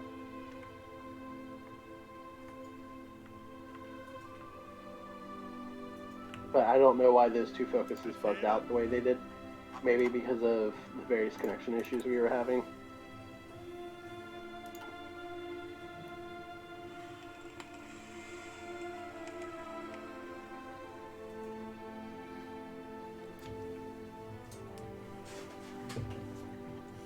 Even the decisions is not a complete show. Yeah. So some weirdness happened, and I don't know what it is or how to fix it. I mean, I know how to fix it. Like, I could very simply relaunch the game, take control of Czechoslovakia, and declare war on you. And then you get to eat Czechoslovakia essentially for free. But, well, it is what it is. Yeah, I know. Just let it what it is. Yeah, you'll be able to take out Czechoslovakia, no issue early on. So let's go ahead and start getting the army squared away for war with France. The way you're going to want to do that first is go ahead and get a division on the Maginot Line. That's that little triangle there.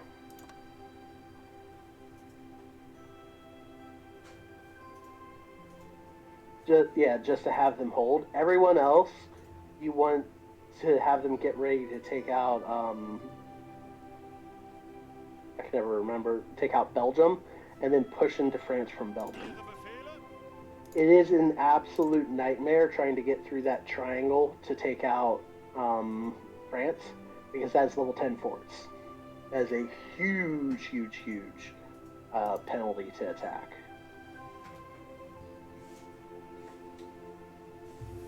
So we could declare war against Belgium and France. Yep, and we're actually going to get a focus if you go reassert Eastern Claims next to get Memel. You can then bypass Danziger War because Danzig doesn't exist, or Poland doesn't exist, and then go to around the Maginot, and then war with France immediately after that.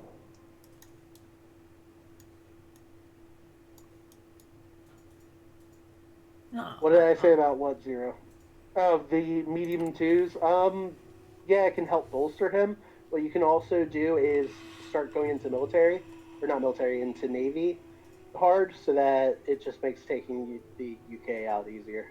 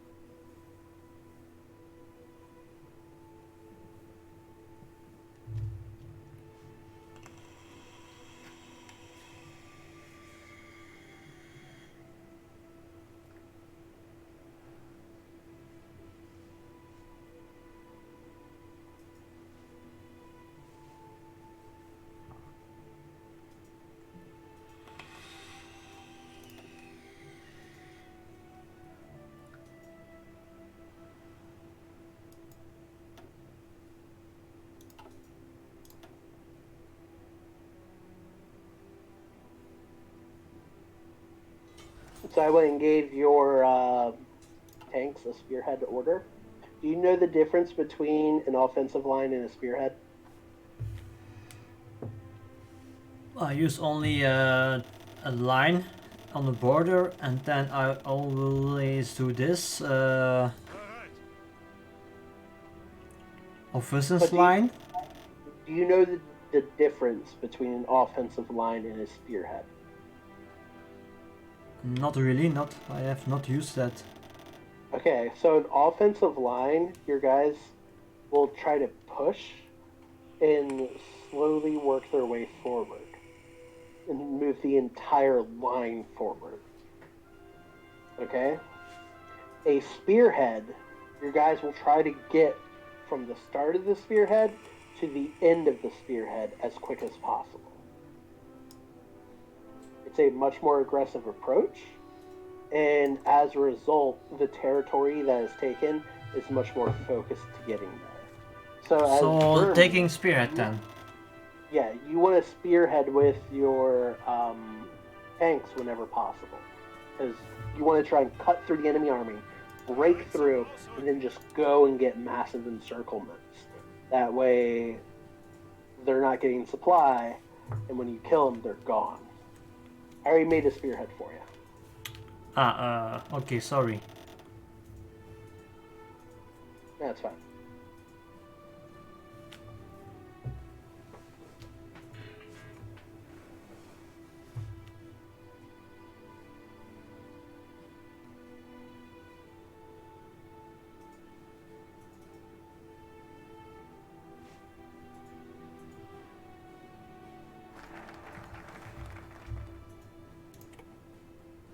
There you go. I sorted out your military order for you as well.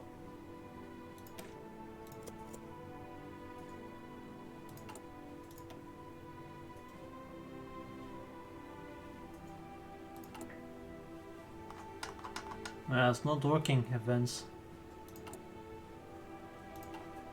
It's not working, events, so...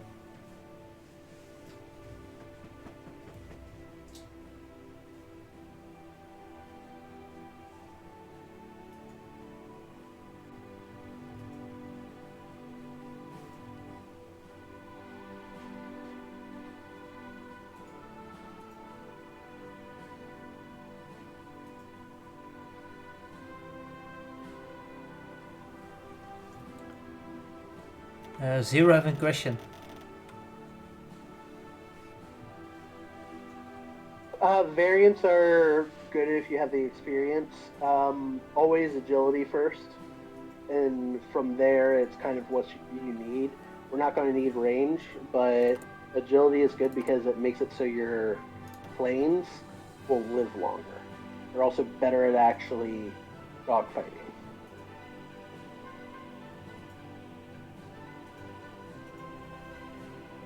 I think Dorney is a good focus tree research.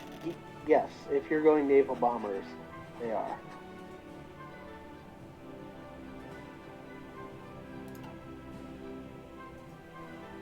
I already selected it for you. But the Netherlands is always storing sabotage. Yeah, that's just going to be the case while it has resistance. So if you actually go to the resistance view, you'll notice it's down from 25 to 21. Eventually you'll get to the point where they're not resisting at all, and you won't have that. Overall, the Netherlands is now down to 16, where it was at like 24, 25. 27 was at first, I think. Yeah. Okay, so we're at 1 year out, so it's time to research the Tech 2 fighters. Tech 2 fighters, And get those starting to produce. So I already added Tech 2 naval bombers on for you. Ah, yeah.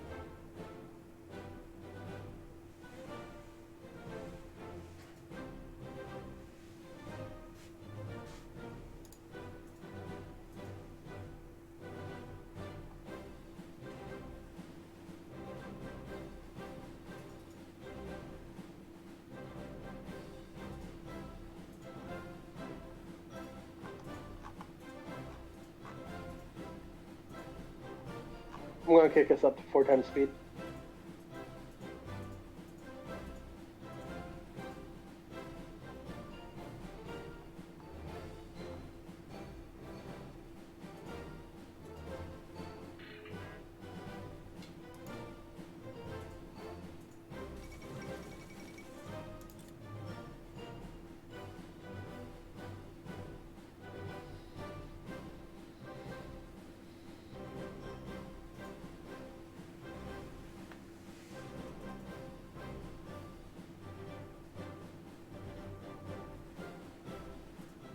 Okay, so I was wondering when you would notice.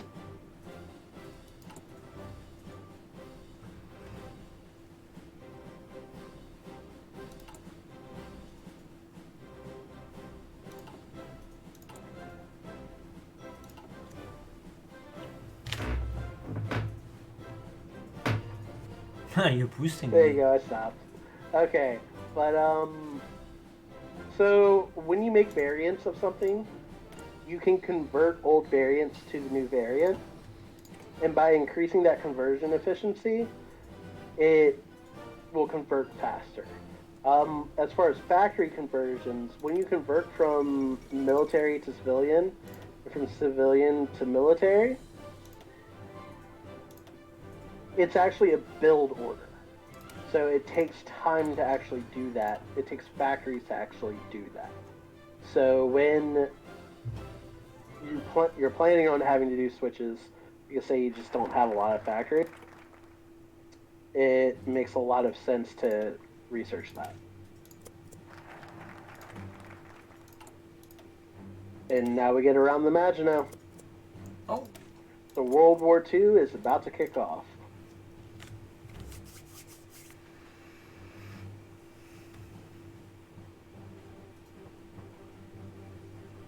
Zuhören! Zuhören!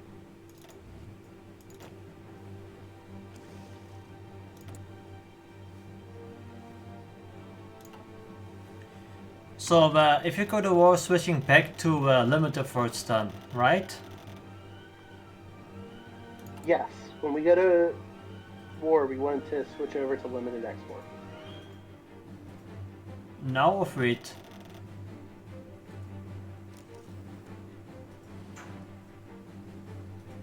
I'm getting some quick training done for you. Somebody is boosting us, right?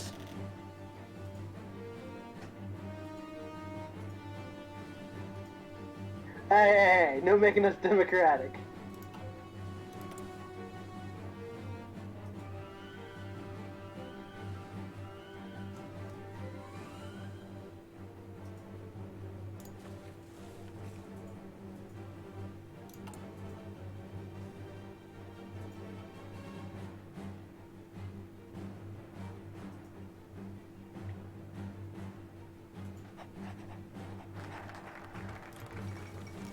Okay, so we have around Maginot, right?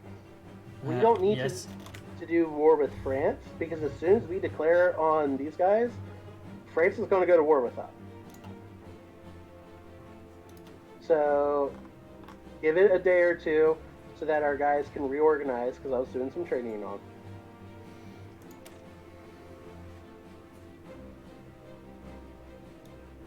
And then we declare war.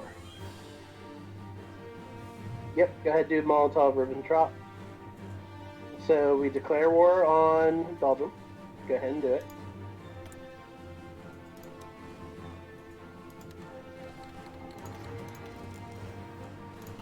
Now we wait a little bit. France is in, so we need to update our stuff. So new front line out there for the overall front.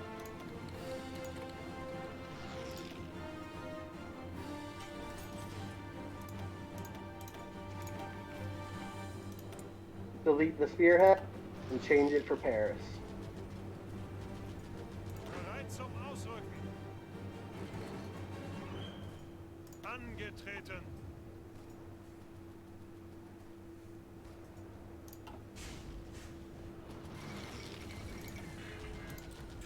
Belgium's out.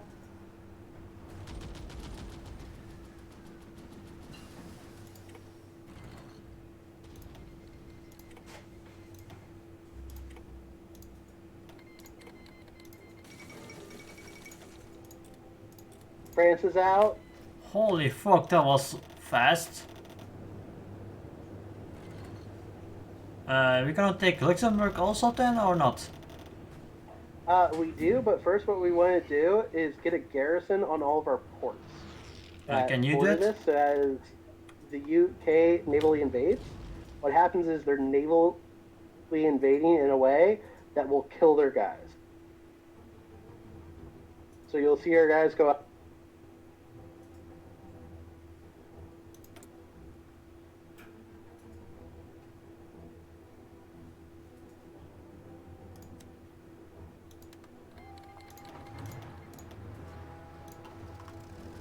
Angetreten! And then we can just manually order one unit to take out Luxembourg.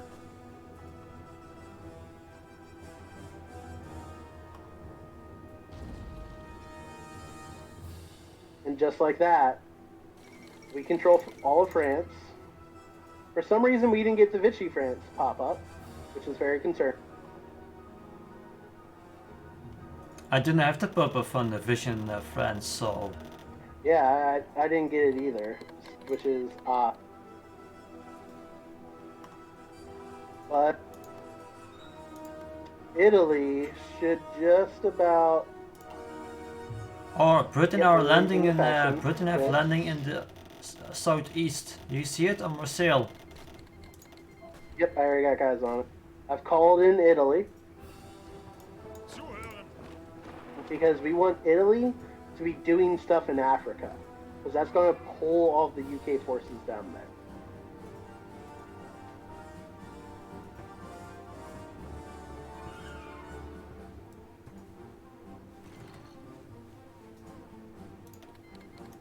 Where are naval bombers?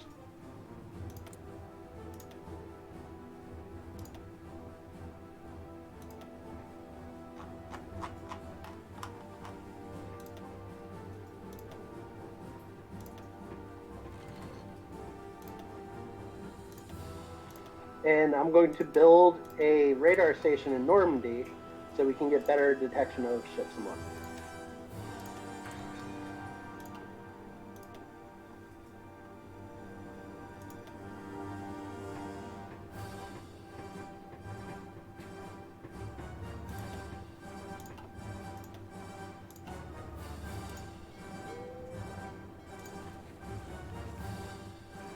Yeah, can you see on the fleet? Because I think you have reserve. I don't have the fleet out at the moment. Ah, okay. Because if the German fleet goes out at this point, it will be Destroyed. completely destroyed by the UK fleet. UK has the strongest fleet at this point of the game. Upgrading the artillery? You don't need to. We're not running artillery. Ah, you're not using artillery. Yeah, we're not using artillery. No, you joined the United Kingdom. Why, US? You betrayed us. And the Soviet will betray us also, I think. Yeah.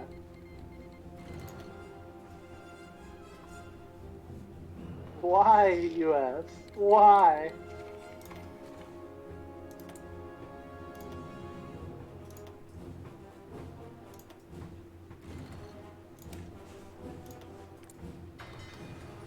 So I just pulled off just a couple subs, and I'm telling them to repair at a medium priority, but never engage, and start patrolling in the English Channel to pull the AI fleet there.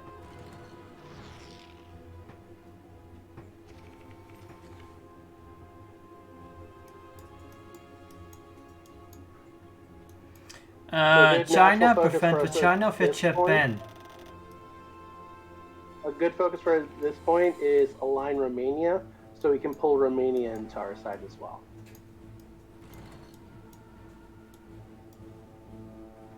Ah, Romania.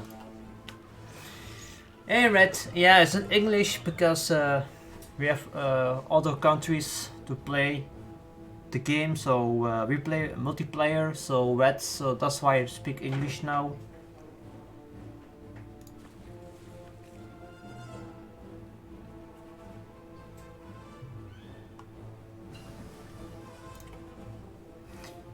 Can we make a small infantry and border Spain?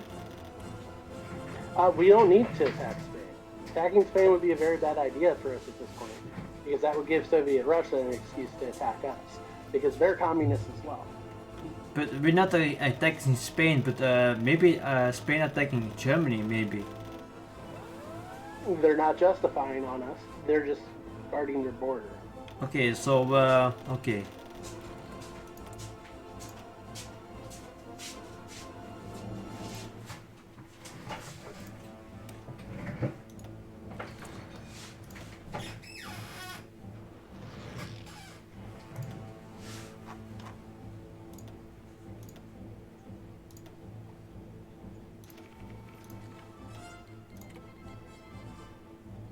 So if you look over the channel,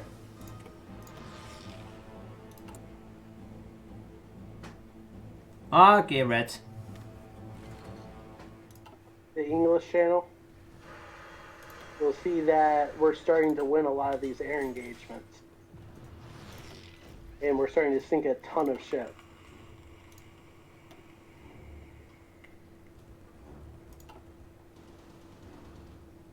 Even though the U.S. betrayed us.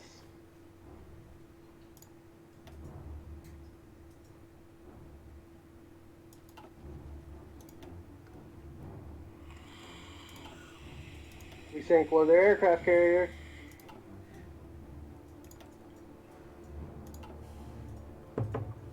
Yeah, I see we are winning, I think. Right or not? We're bleeding. We are bleeding off all of their ships. And eventually we'll be able to take air superiority, or not air superiority, we'll be able to take troops and navally invade them across the fence.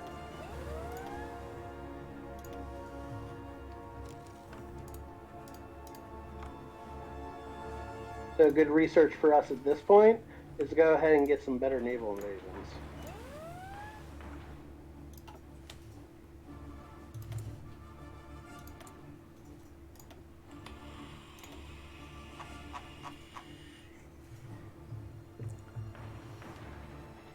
Do we need Marines? Marines are beneficial. Generally versus the AI, we don't really need them. Because the whole goal of it is to just get a port. Once we get a port, we can send supply over and we're good to go.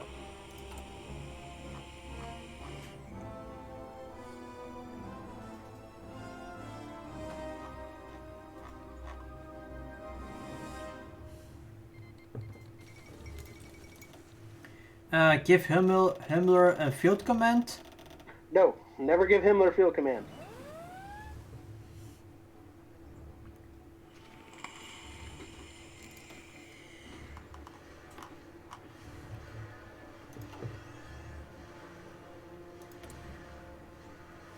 Yeah, USA is still boosting us. Democratic. Well, I'm counter boosting him, and I'm also going to go ahead and say thank you for the extra stability, USA.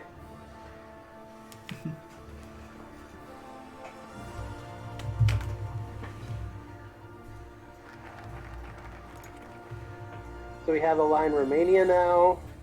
The next good thing for us to take is go ahead and pick up, where are you, Air Innovations.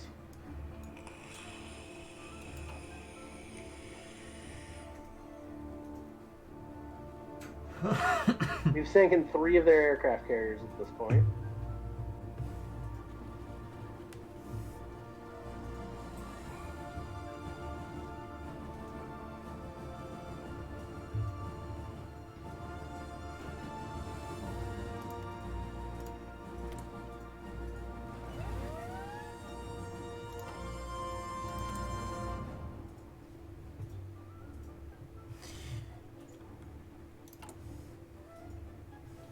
We forgot one thing. Free trade to switch back. Yes, we did forget to do that, so let's go ahead and switch it back to limited exports.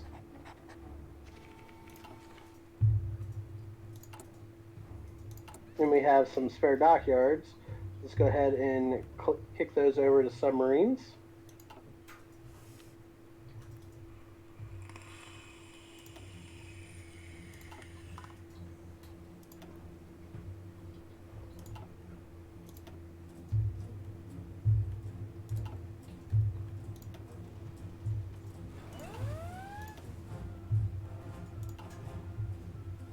Okay, I'm only seeing destroyers at this point.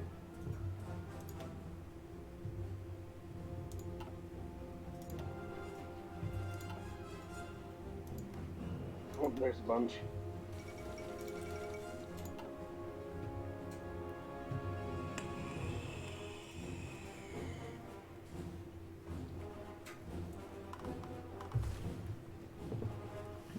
Britain have invaded Italy.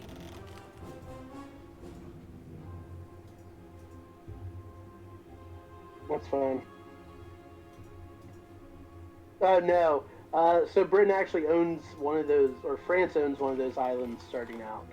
So until they get called in, France is has a base there.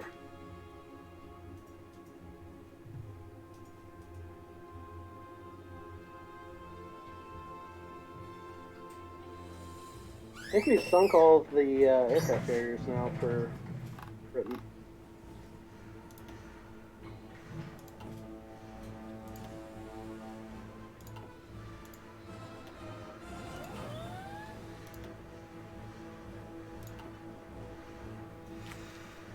The eye is just bugged.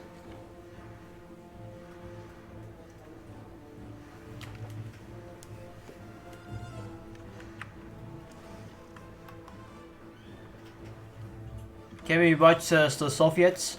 I do not trust the guy. He hasn't started justifying on us, so.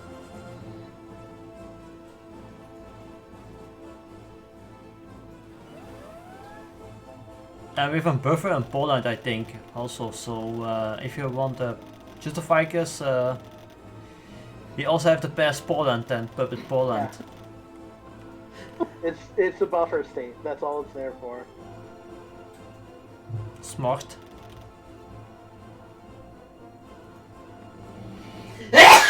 Oh, you're invading the Brits now? No, that's USA. Yeah, he kind of betrayed us and ruined everything.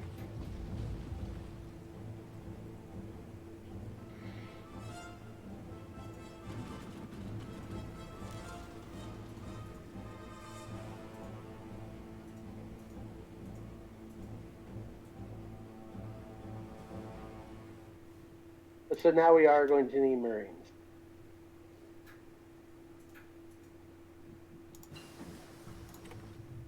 You know we're losing German East Indians? You know that? Yeah, you always lose them eventually. We can't project over there. The whole idea is to just get those resources starting out. So what we are going to do is we're going to take out Czechoslovakia at this point.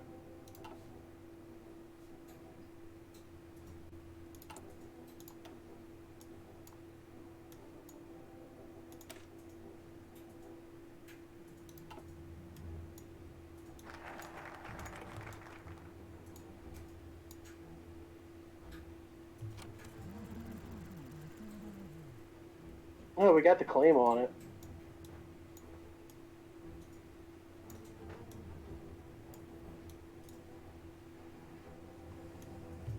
So what we choose now on the focus tree?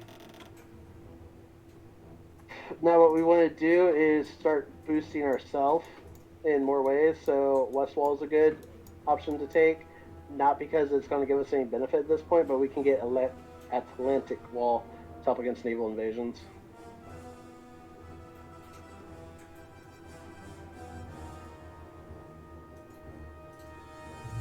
Ah, you want the Atlantic Wall, yeah. Whole left there, yeah, I see it. We're also going to go in and edit our Panzer divisions so that they're a little bit better.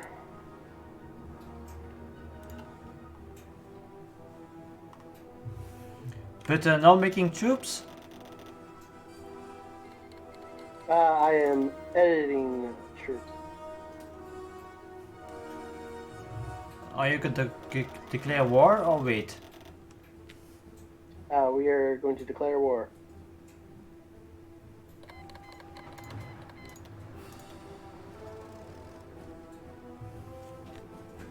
In Finland they move every division north.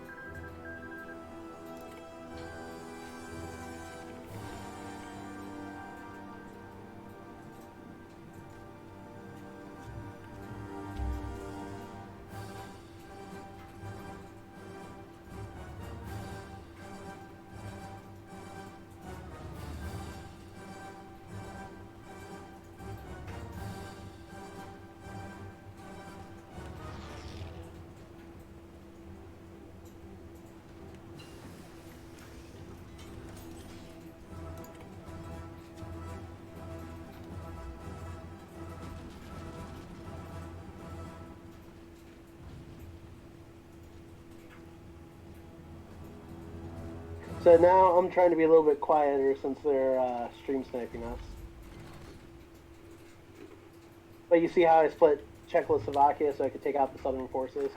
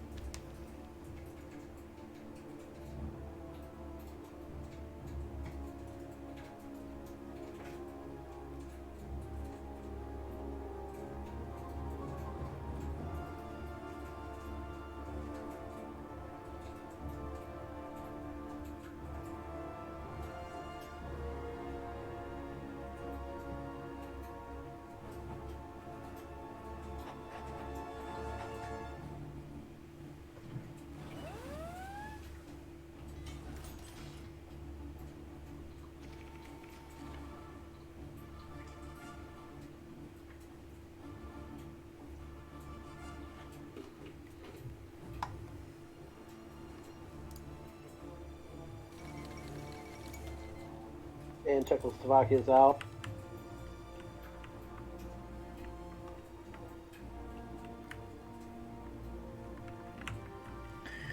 Let's prepare for defense, I think. Yep. In the east.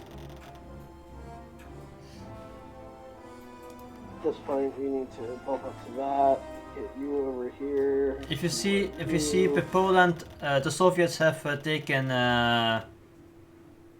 Litauen. Yep. So prepare on the east if you want.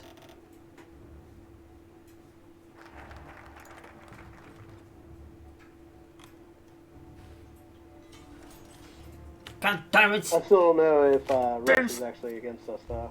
Stream snipers! God damn it!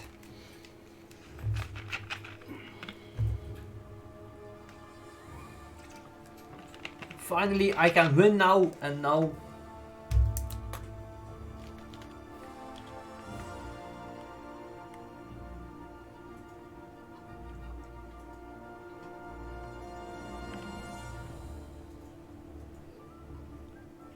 I'm kidding, I'm joking, I'm kidding. Relax, relax. Dad, relax now. I'm joking. But it is well not fun, USA. I was thinking it was allies, but I hate when I accidentally do that.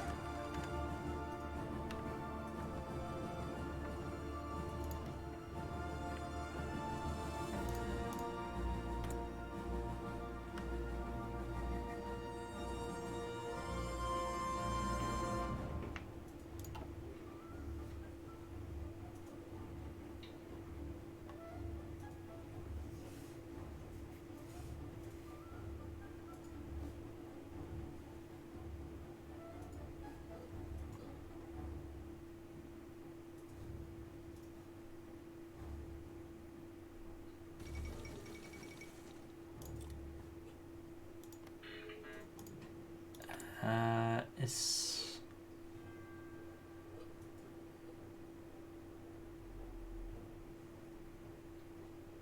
the man southern.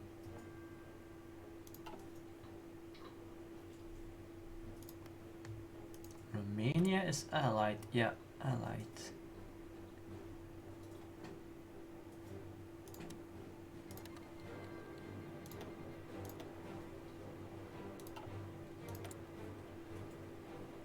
What, did you think I didn't notice you were trying to stage a coup in us?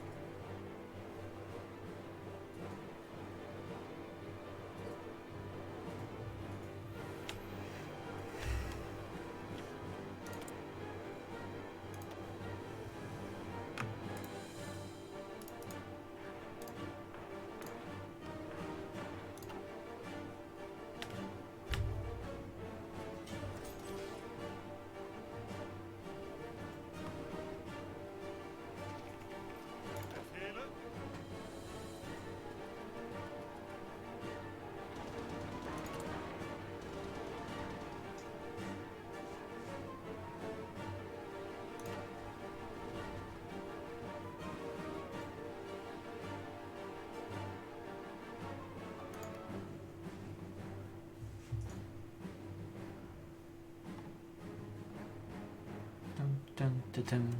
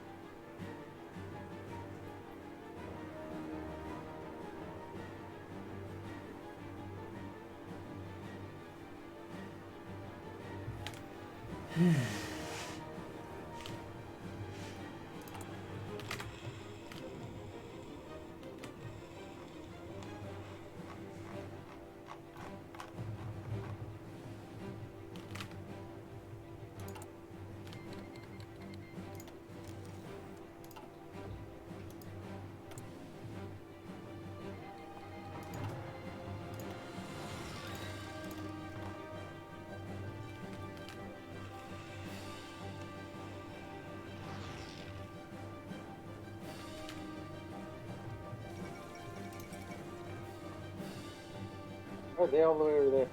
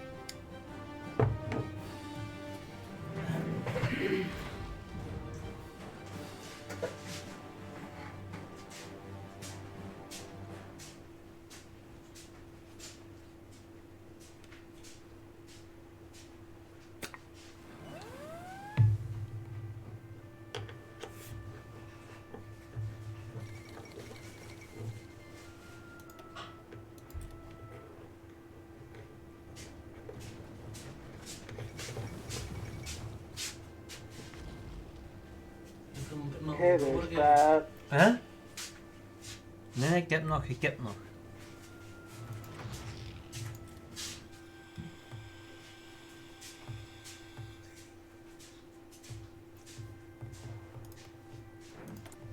Sorry, this has become a multiplayer game now.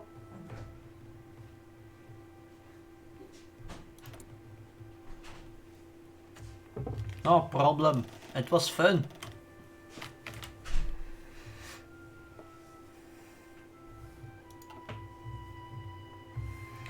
Too bad about USA and maybe Russian, but it is a game, you know.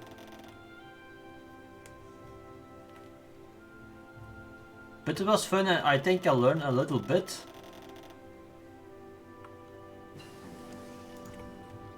About Germany.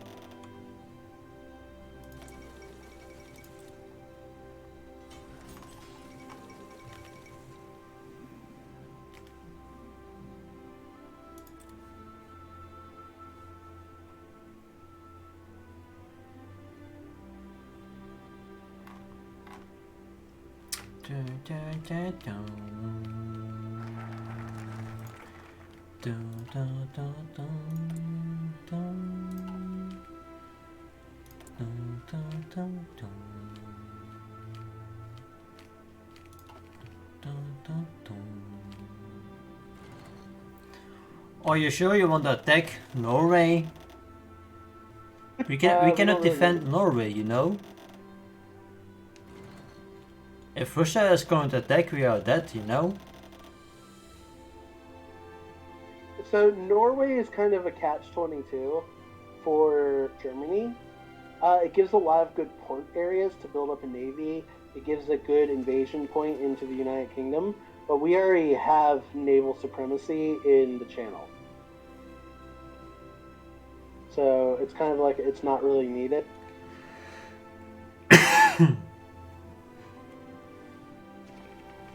Can we be allied to Sweden? Sweden doesn't really like allying with anyone, and we'd have to flip them first to fascism. Okay.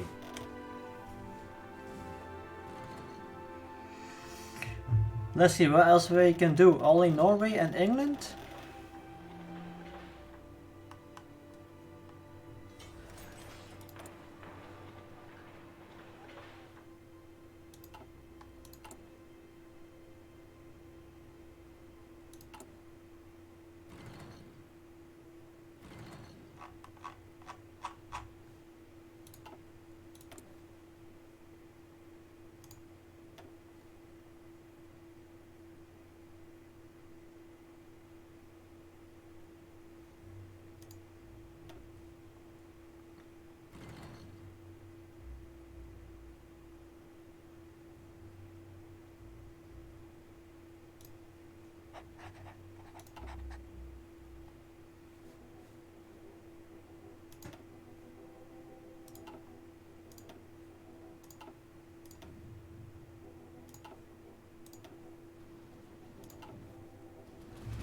The US Navy is also in the channel.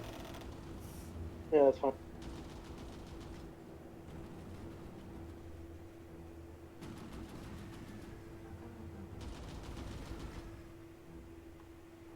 Wow, we're not gonna break. The red brown got stopped down. I hope.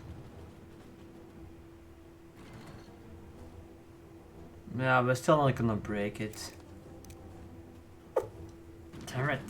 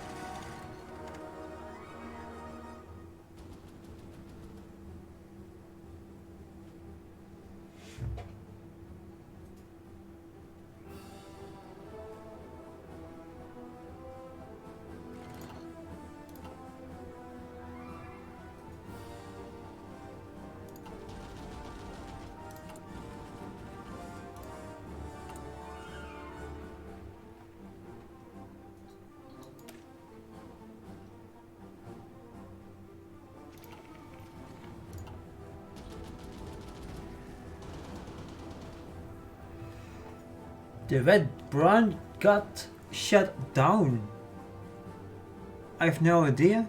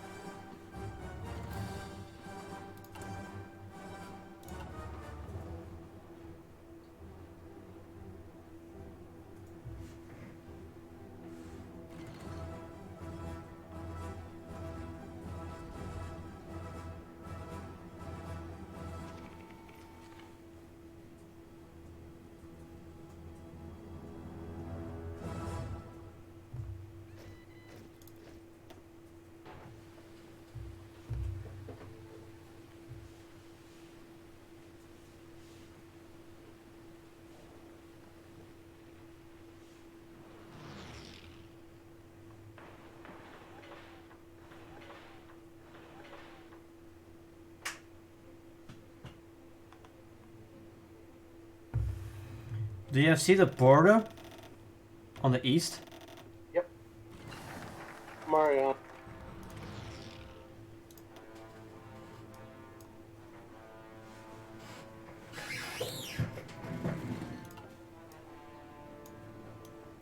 Ah, still equal. Germany war economy, yes. I want that German war economy.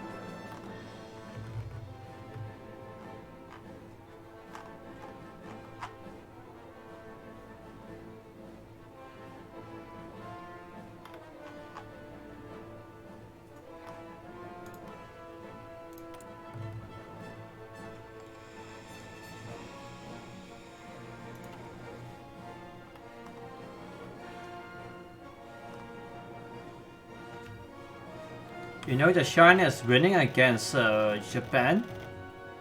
It's about even, actually. It happens sometimes.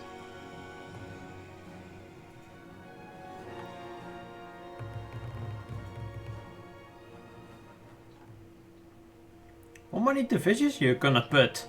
Soviets.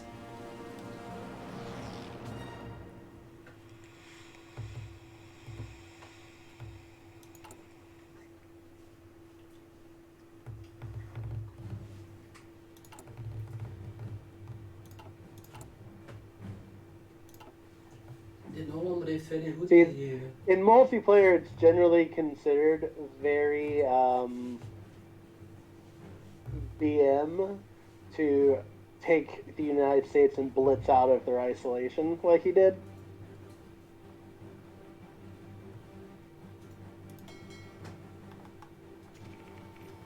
It's very non-historical.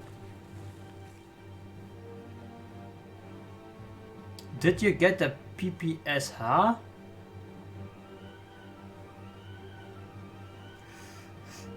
What mean PPSH? What?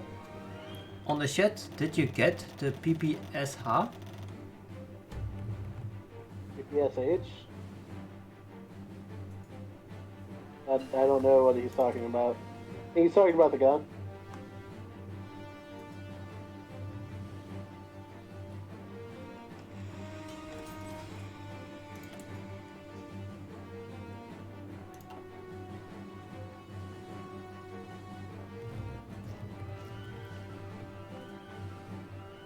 He's making a lot of infantry now. Infantry template 3.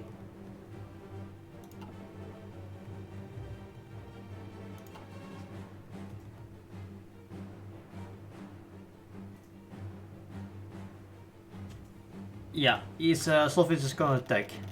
He's sending guns to America of Britain. Mm-hmm.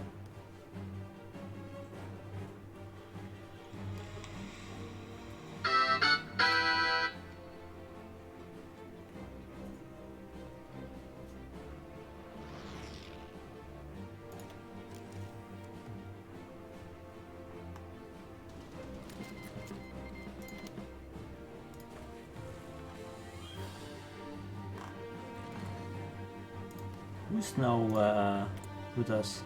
Ah, Romania has joined us. Yep. Asking Romania to call to arms? Nope, not right now.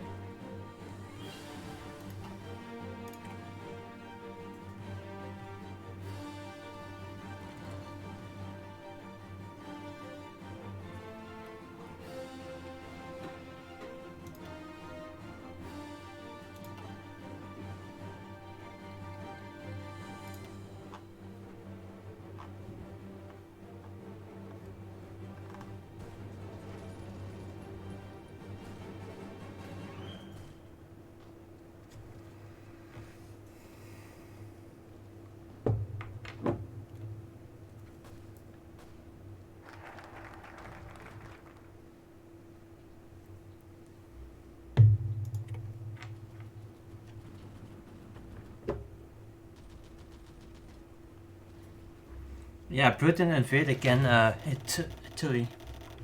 Yeah.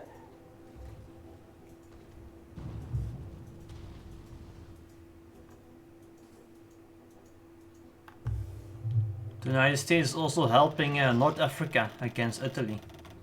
Mm-hmm. That's fine. They can use up manpower there.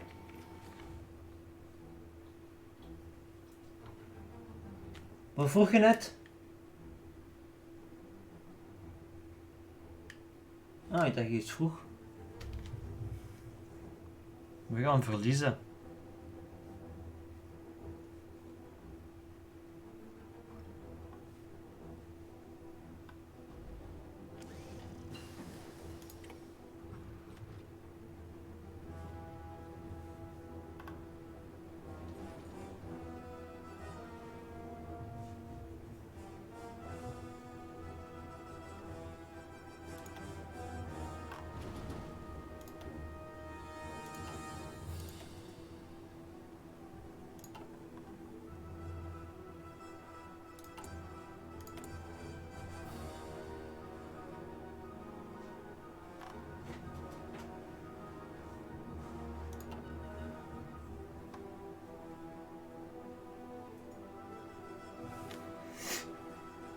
Yeah.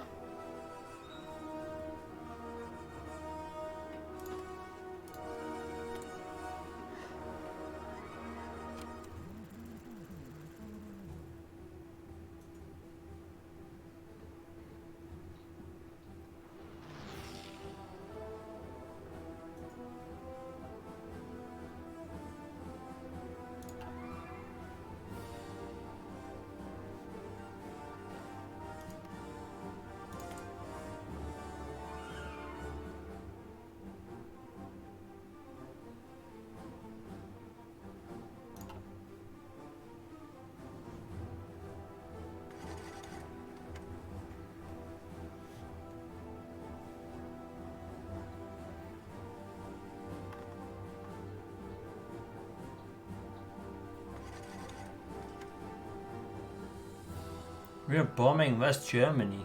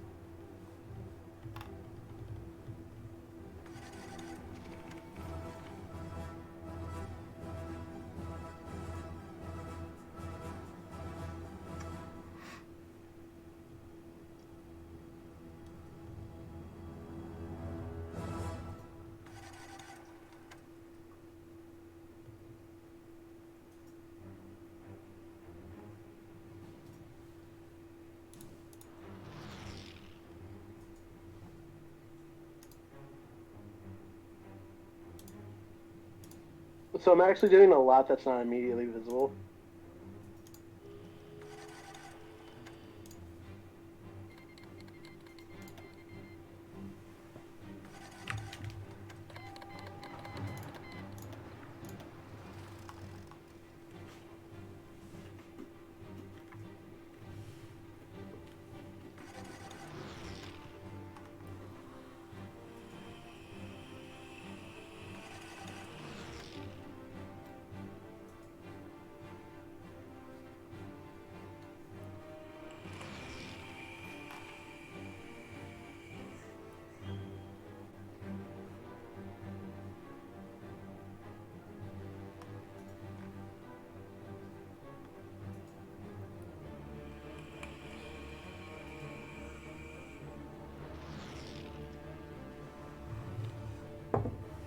I see why you're using light tanks. They are fast and conquer the land.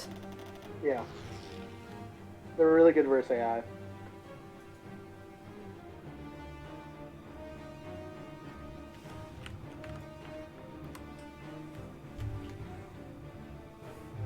Because I was only playing infantry. Yeah, so Germany can easily do tanks. There's a lot of nations, particularly nations that you were playing when I was watching you, that they're not really all that great on spamming tanks.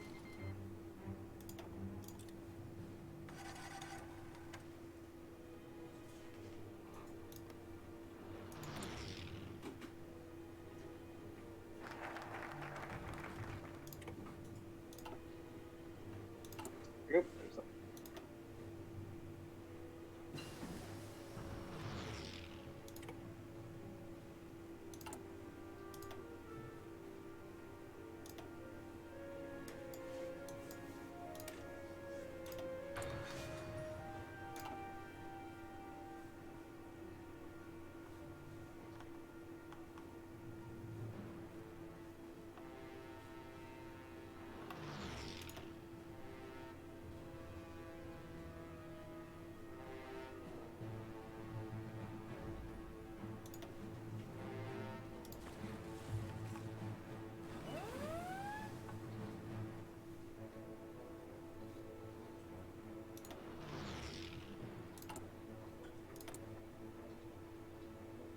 Yeah, slow down.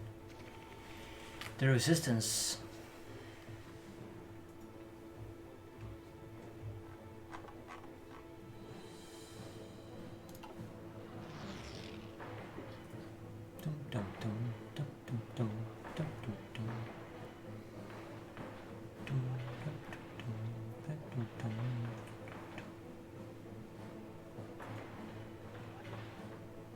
surprised Russia hasn't demanded Bessarabia yet.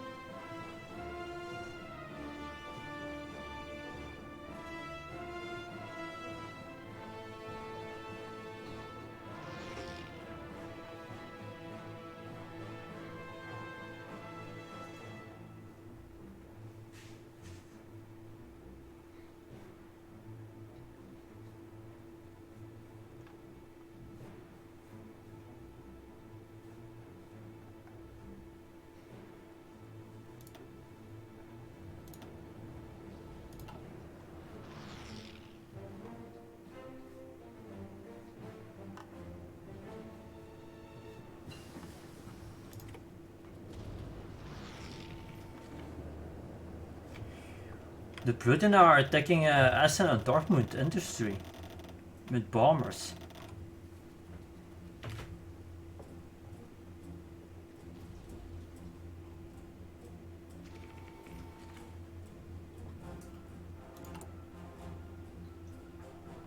Mm-hmm.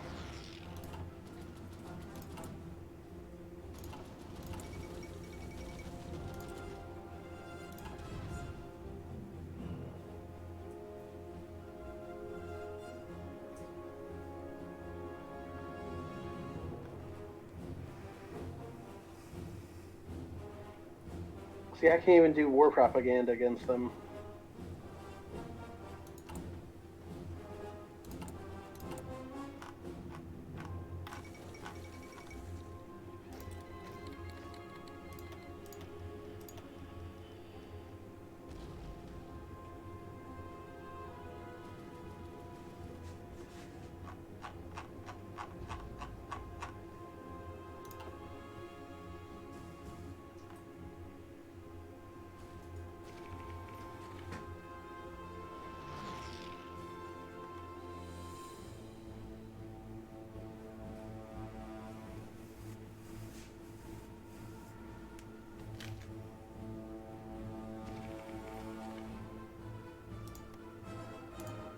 God damn it.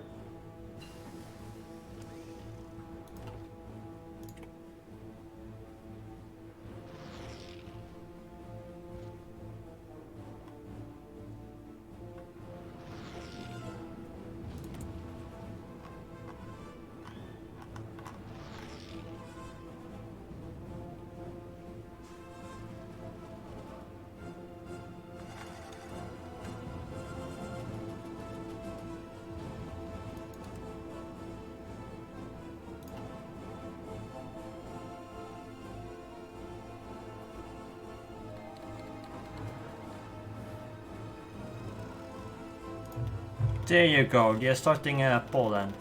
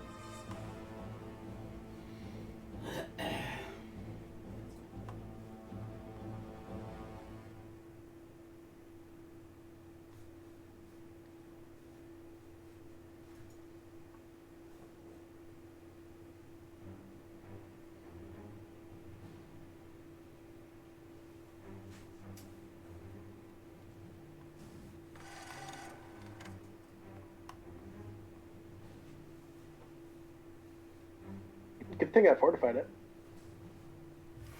Yeah, you did. I've seen it. But don't forget the West. West, France and maybe Britain can invade. Yep, we've got troops over there.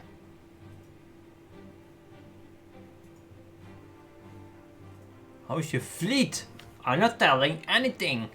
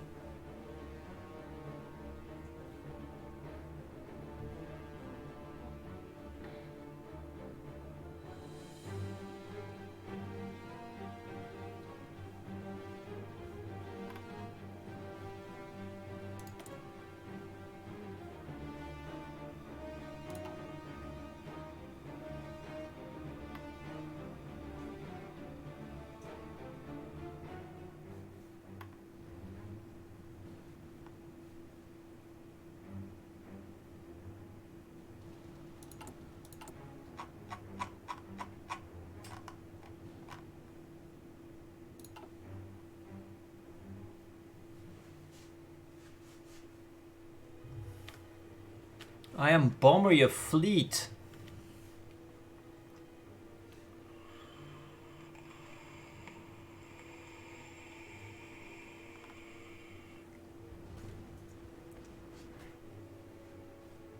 Yeah, so because we got stream sniped as hard as we did, we're probably not going to win this game. I'm letting you know that right now.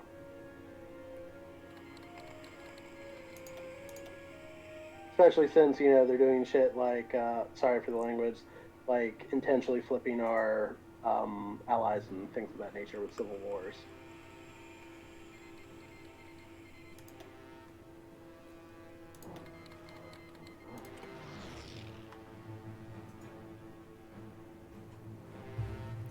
We're gonna lose Italy. Yeah. Yep. Because now they're going to be able to land on Italy free of charge. And that's the reason why they did it.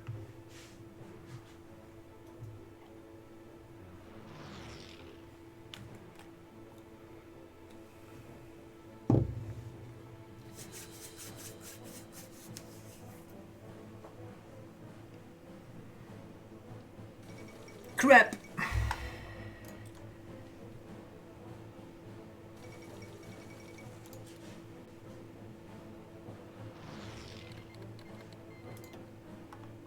And they flipped Hungary.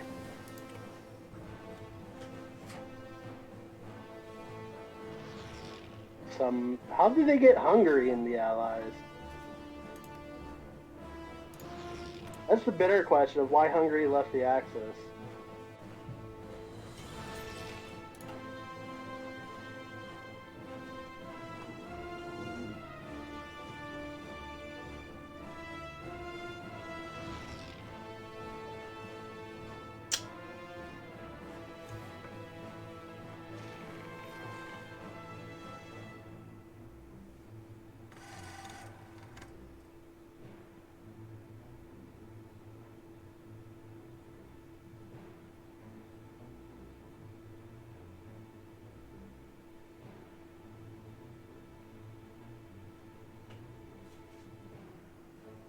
Yep, we're losing Italy. And Romania. So to the people that, yeah, I know. To the people that decided to make this about, hey, let's stream snipe, instead of let's invite someone to the game, which is what this stream was supposed to be, thanks. A lot of thanks, you mean.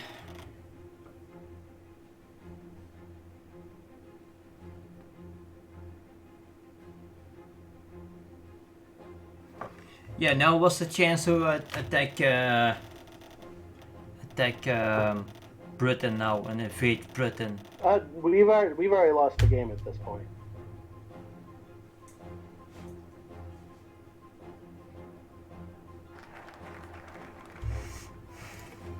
Yeah, but the whole point of this stream was to teach him how to be a little bit better about the game.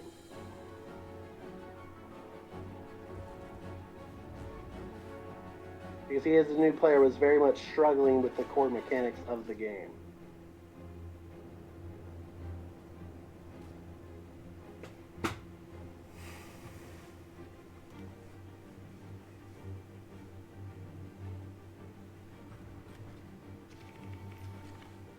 I mean, it's not really you, Dead, that this is directed at. It's the guy that decided to play U.S. and take them completely non-historical and fortify the United Kingdom to where we couldn't do anything.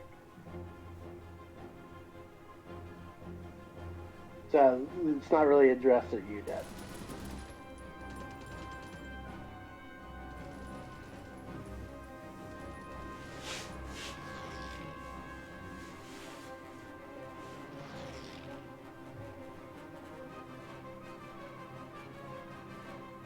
Yeah, you played Soviet Union, how Soviet Union's supposed to be played historically. I can't really get upset at you for that. You did a good job cutting off the guys I was trying to encircle the North with. You're starting to hold the South, so you did you well. I'm more directing this at the guy who joined as USA decided to try to make it look like he was going to help the streamer, learn aspects of the game, and instead decided to go, hey, let's heavily fortify the United Kingdom and ruin that whole thing that I was going to do with him.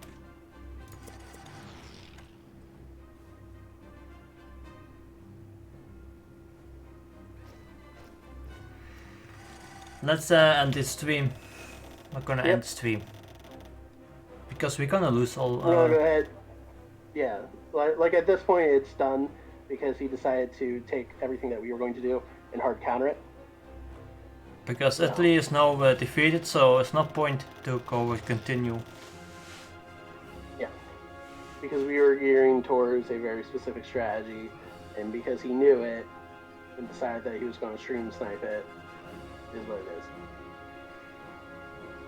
But I want to thank you so much for playing me, and I will try the next time, and hopefully will go better. Yeah. So, anyways, the big lessons that I was trying to give you is that it's important to choose your doctrine and to actually play your nation into that doctrine. And always, if you play Germany, take light tanks for better some circle and something like that, right? Yeah, like and they are faster. Yeah, faster than medium tanks and infantries. Germany.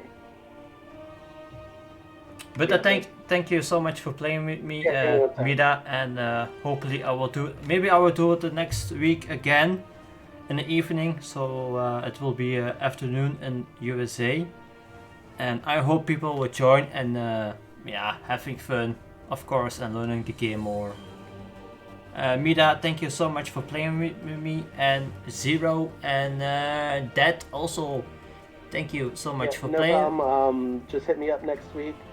Maybe that time we will go over how to do Netherlands, because I saw you playing him or playing the Netherlands, trying to go that fascist route, and how to actually scale that up into let's get going with the game. Yeah, of course. Keeping post in Discord. I'm in Discord, and I will see when we going to do it. If you have maybe ideas when you can do it. And I will start a new Hearts of Iron lobby for the players and also for you helping me. I try one thing I have tried back in the old days with Hearts of Irons. I've played Netherlands or Belgium, and I was making Benelux, but now it's not working for me anymore. So I think something I do wrong now. Yeah, give me a sec, then, and I'll hook you up with that. But so you have to keep in mind this is a live game. There are patch notes. Like a couple months ago, there was a massive nerf to superior firepower, for example. So superior firepower is not nearly as strong as it was. It is still a pretty strong doctrine, but there are different avenues now that are open. It's not suffocatingly strong as it was. But maybe the makers have proved the ISO? Or something like that, because it's now more difficult. I find difficult than the past. Yeah, part of that is because of various doctrine changes and balance adjustments and things of that nature. The biggest advice I can give to you is learn how to scale up faster. because that's the issue that I see happening a lot. Like when you were playing the Netherlands, how you weren't using your puppet manpower to help get a bigger army faster, type deal. But I think I need the DLC, right? To get the manpower? Because No, it you was can not actually do that working. without I DLC, tried, but it's and not working. yeah, that's that division thing that I showed you how to do. So if you want to just go into a single player game real quickly and just set it as Netherlands, I can run you through that again real quick. Yeah, of course. Sure. But I will say thank you again for playing with me, and all the rest, thank you so much also for playing. Too bad USA has betrayed me, huh? And Mida. Yeah, as I said, I'm sorry that it turned into largely of, hey, I'm having to do a lot of things very quickly, so I went kind of quiet and wasn't really explaining what I was doing. I was trying to counteract that fact that, the United States player started to just intentionally counter what the things we were doing. Like, one of the things that I was doing that I didn't explain it to you is I was intentionally trying to flip both Canada and Mexico over to fascist so that we could then do a pincer attack on the United States mainland, since most of his troops were over on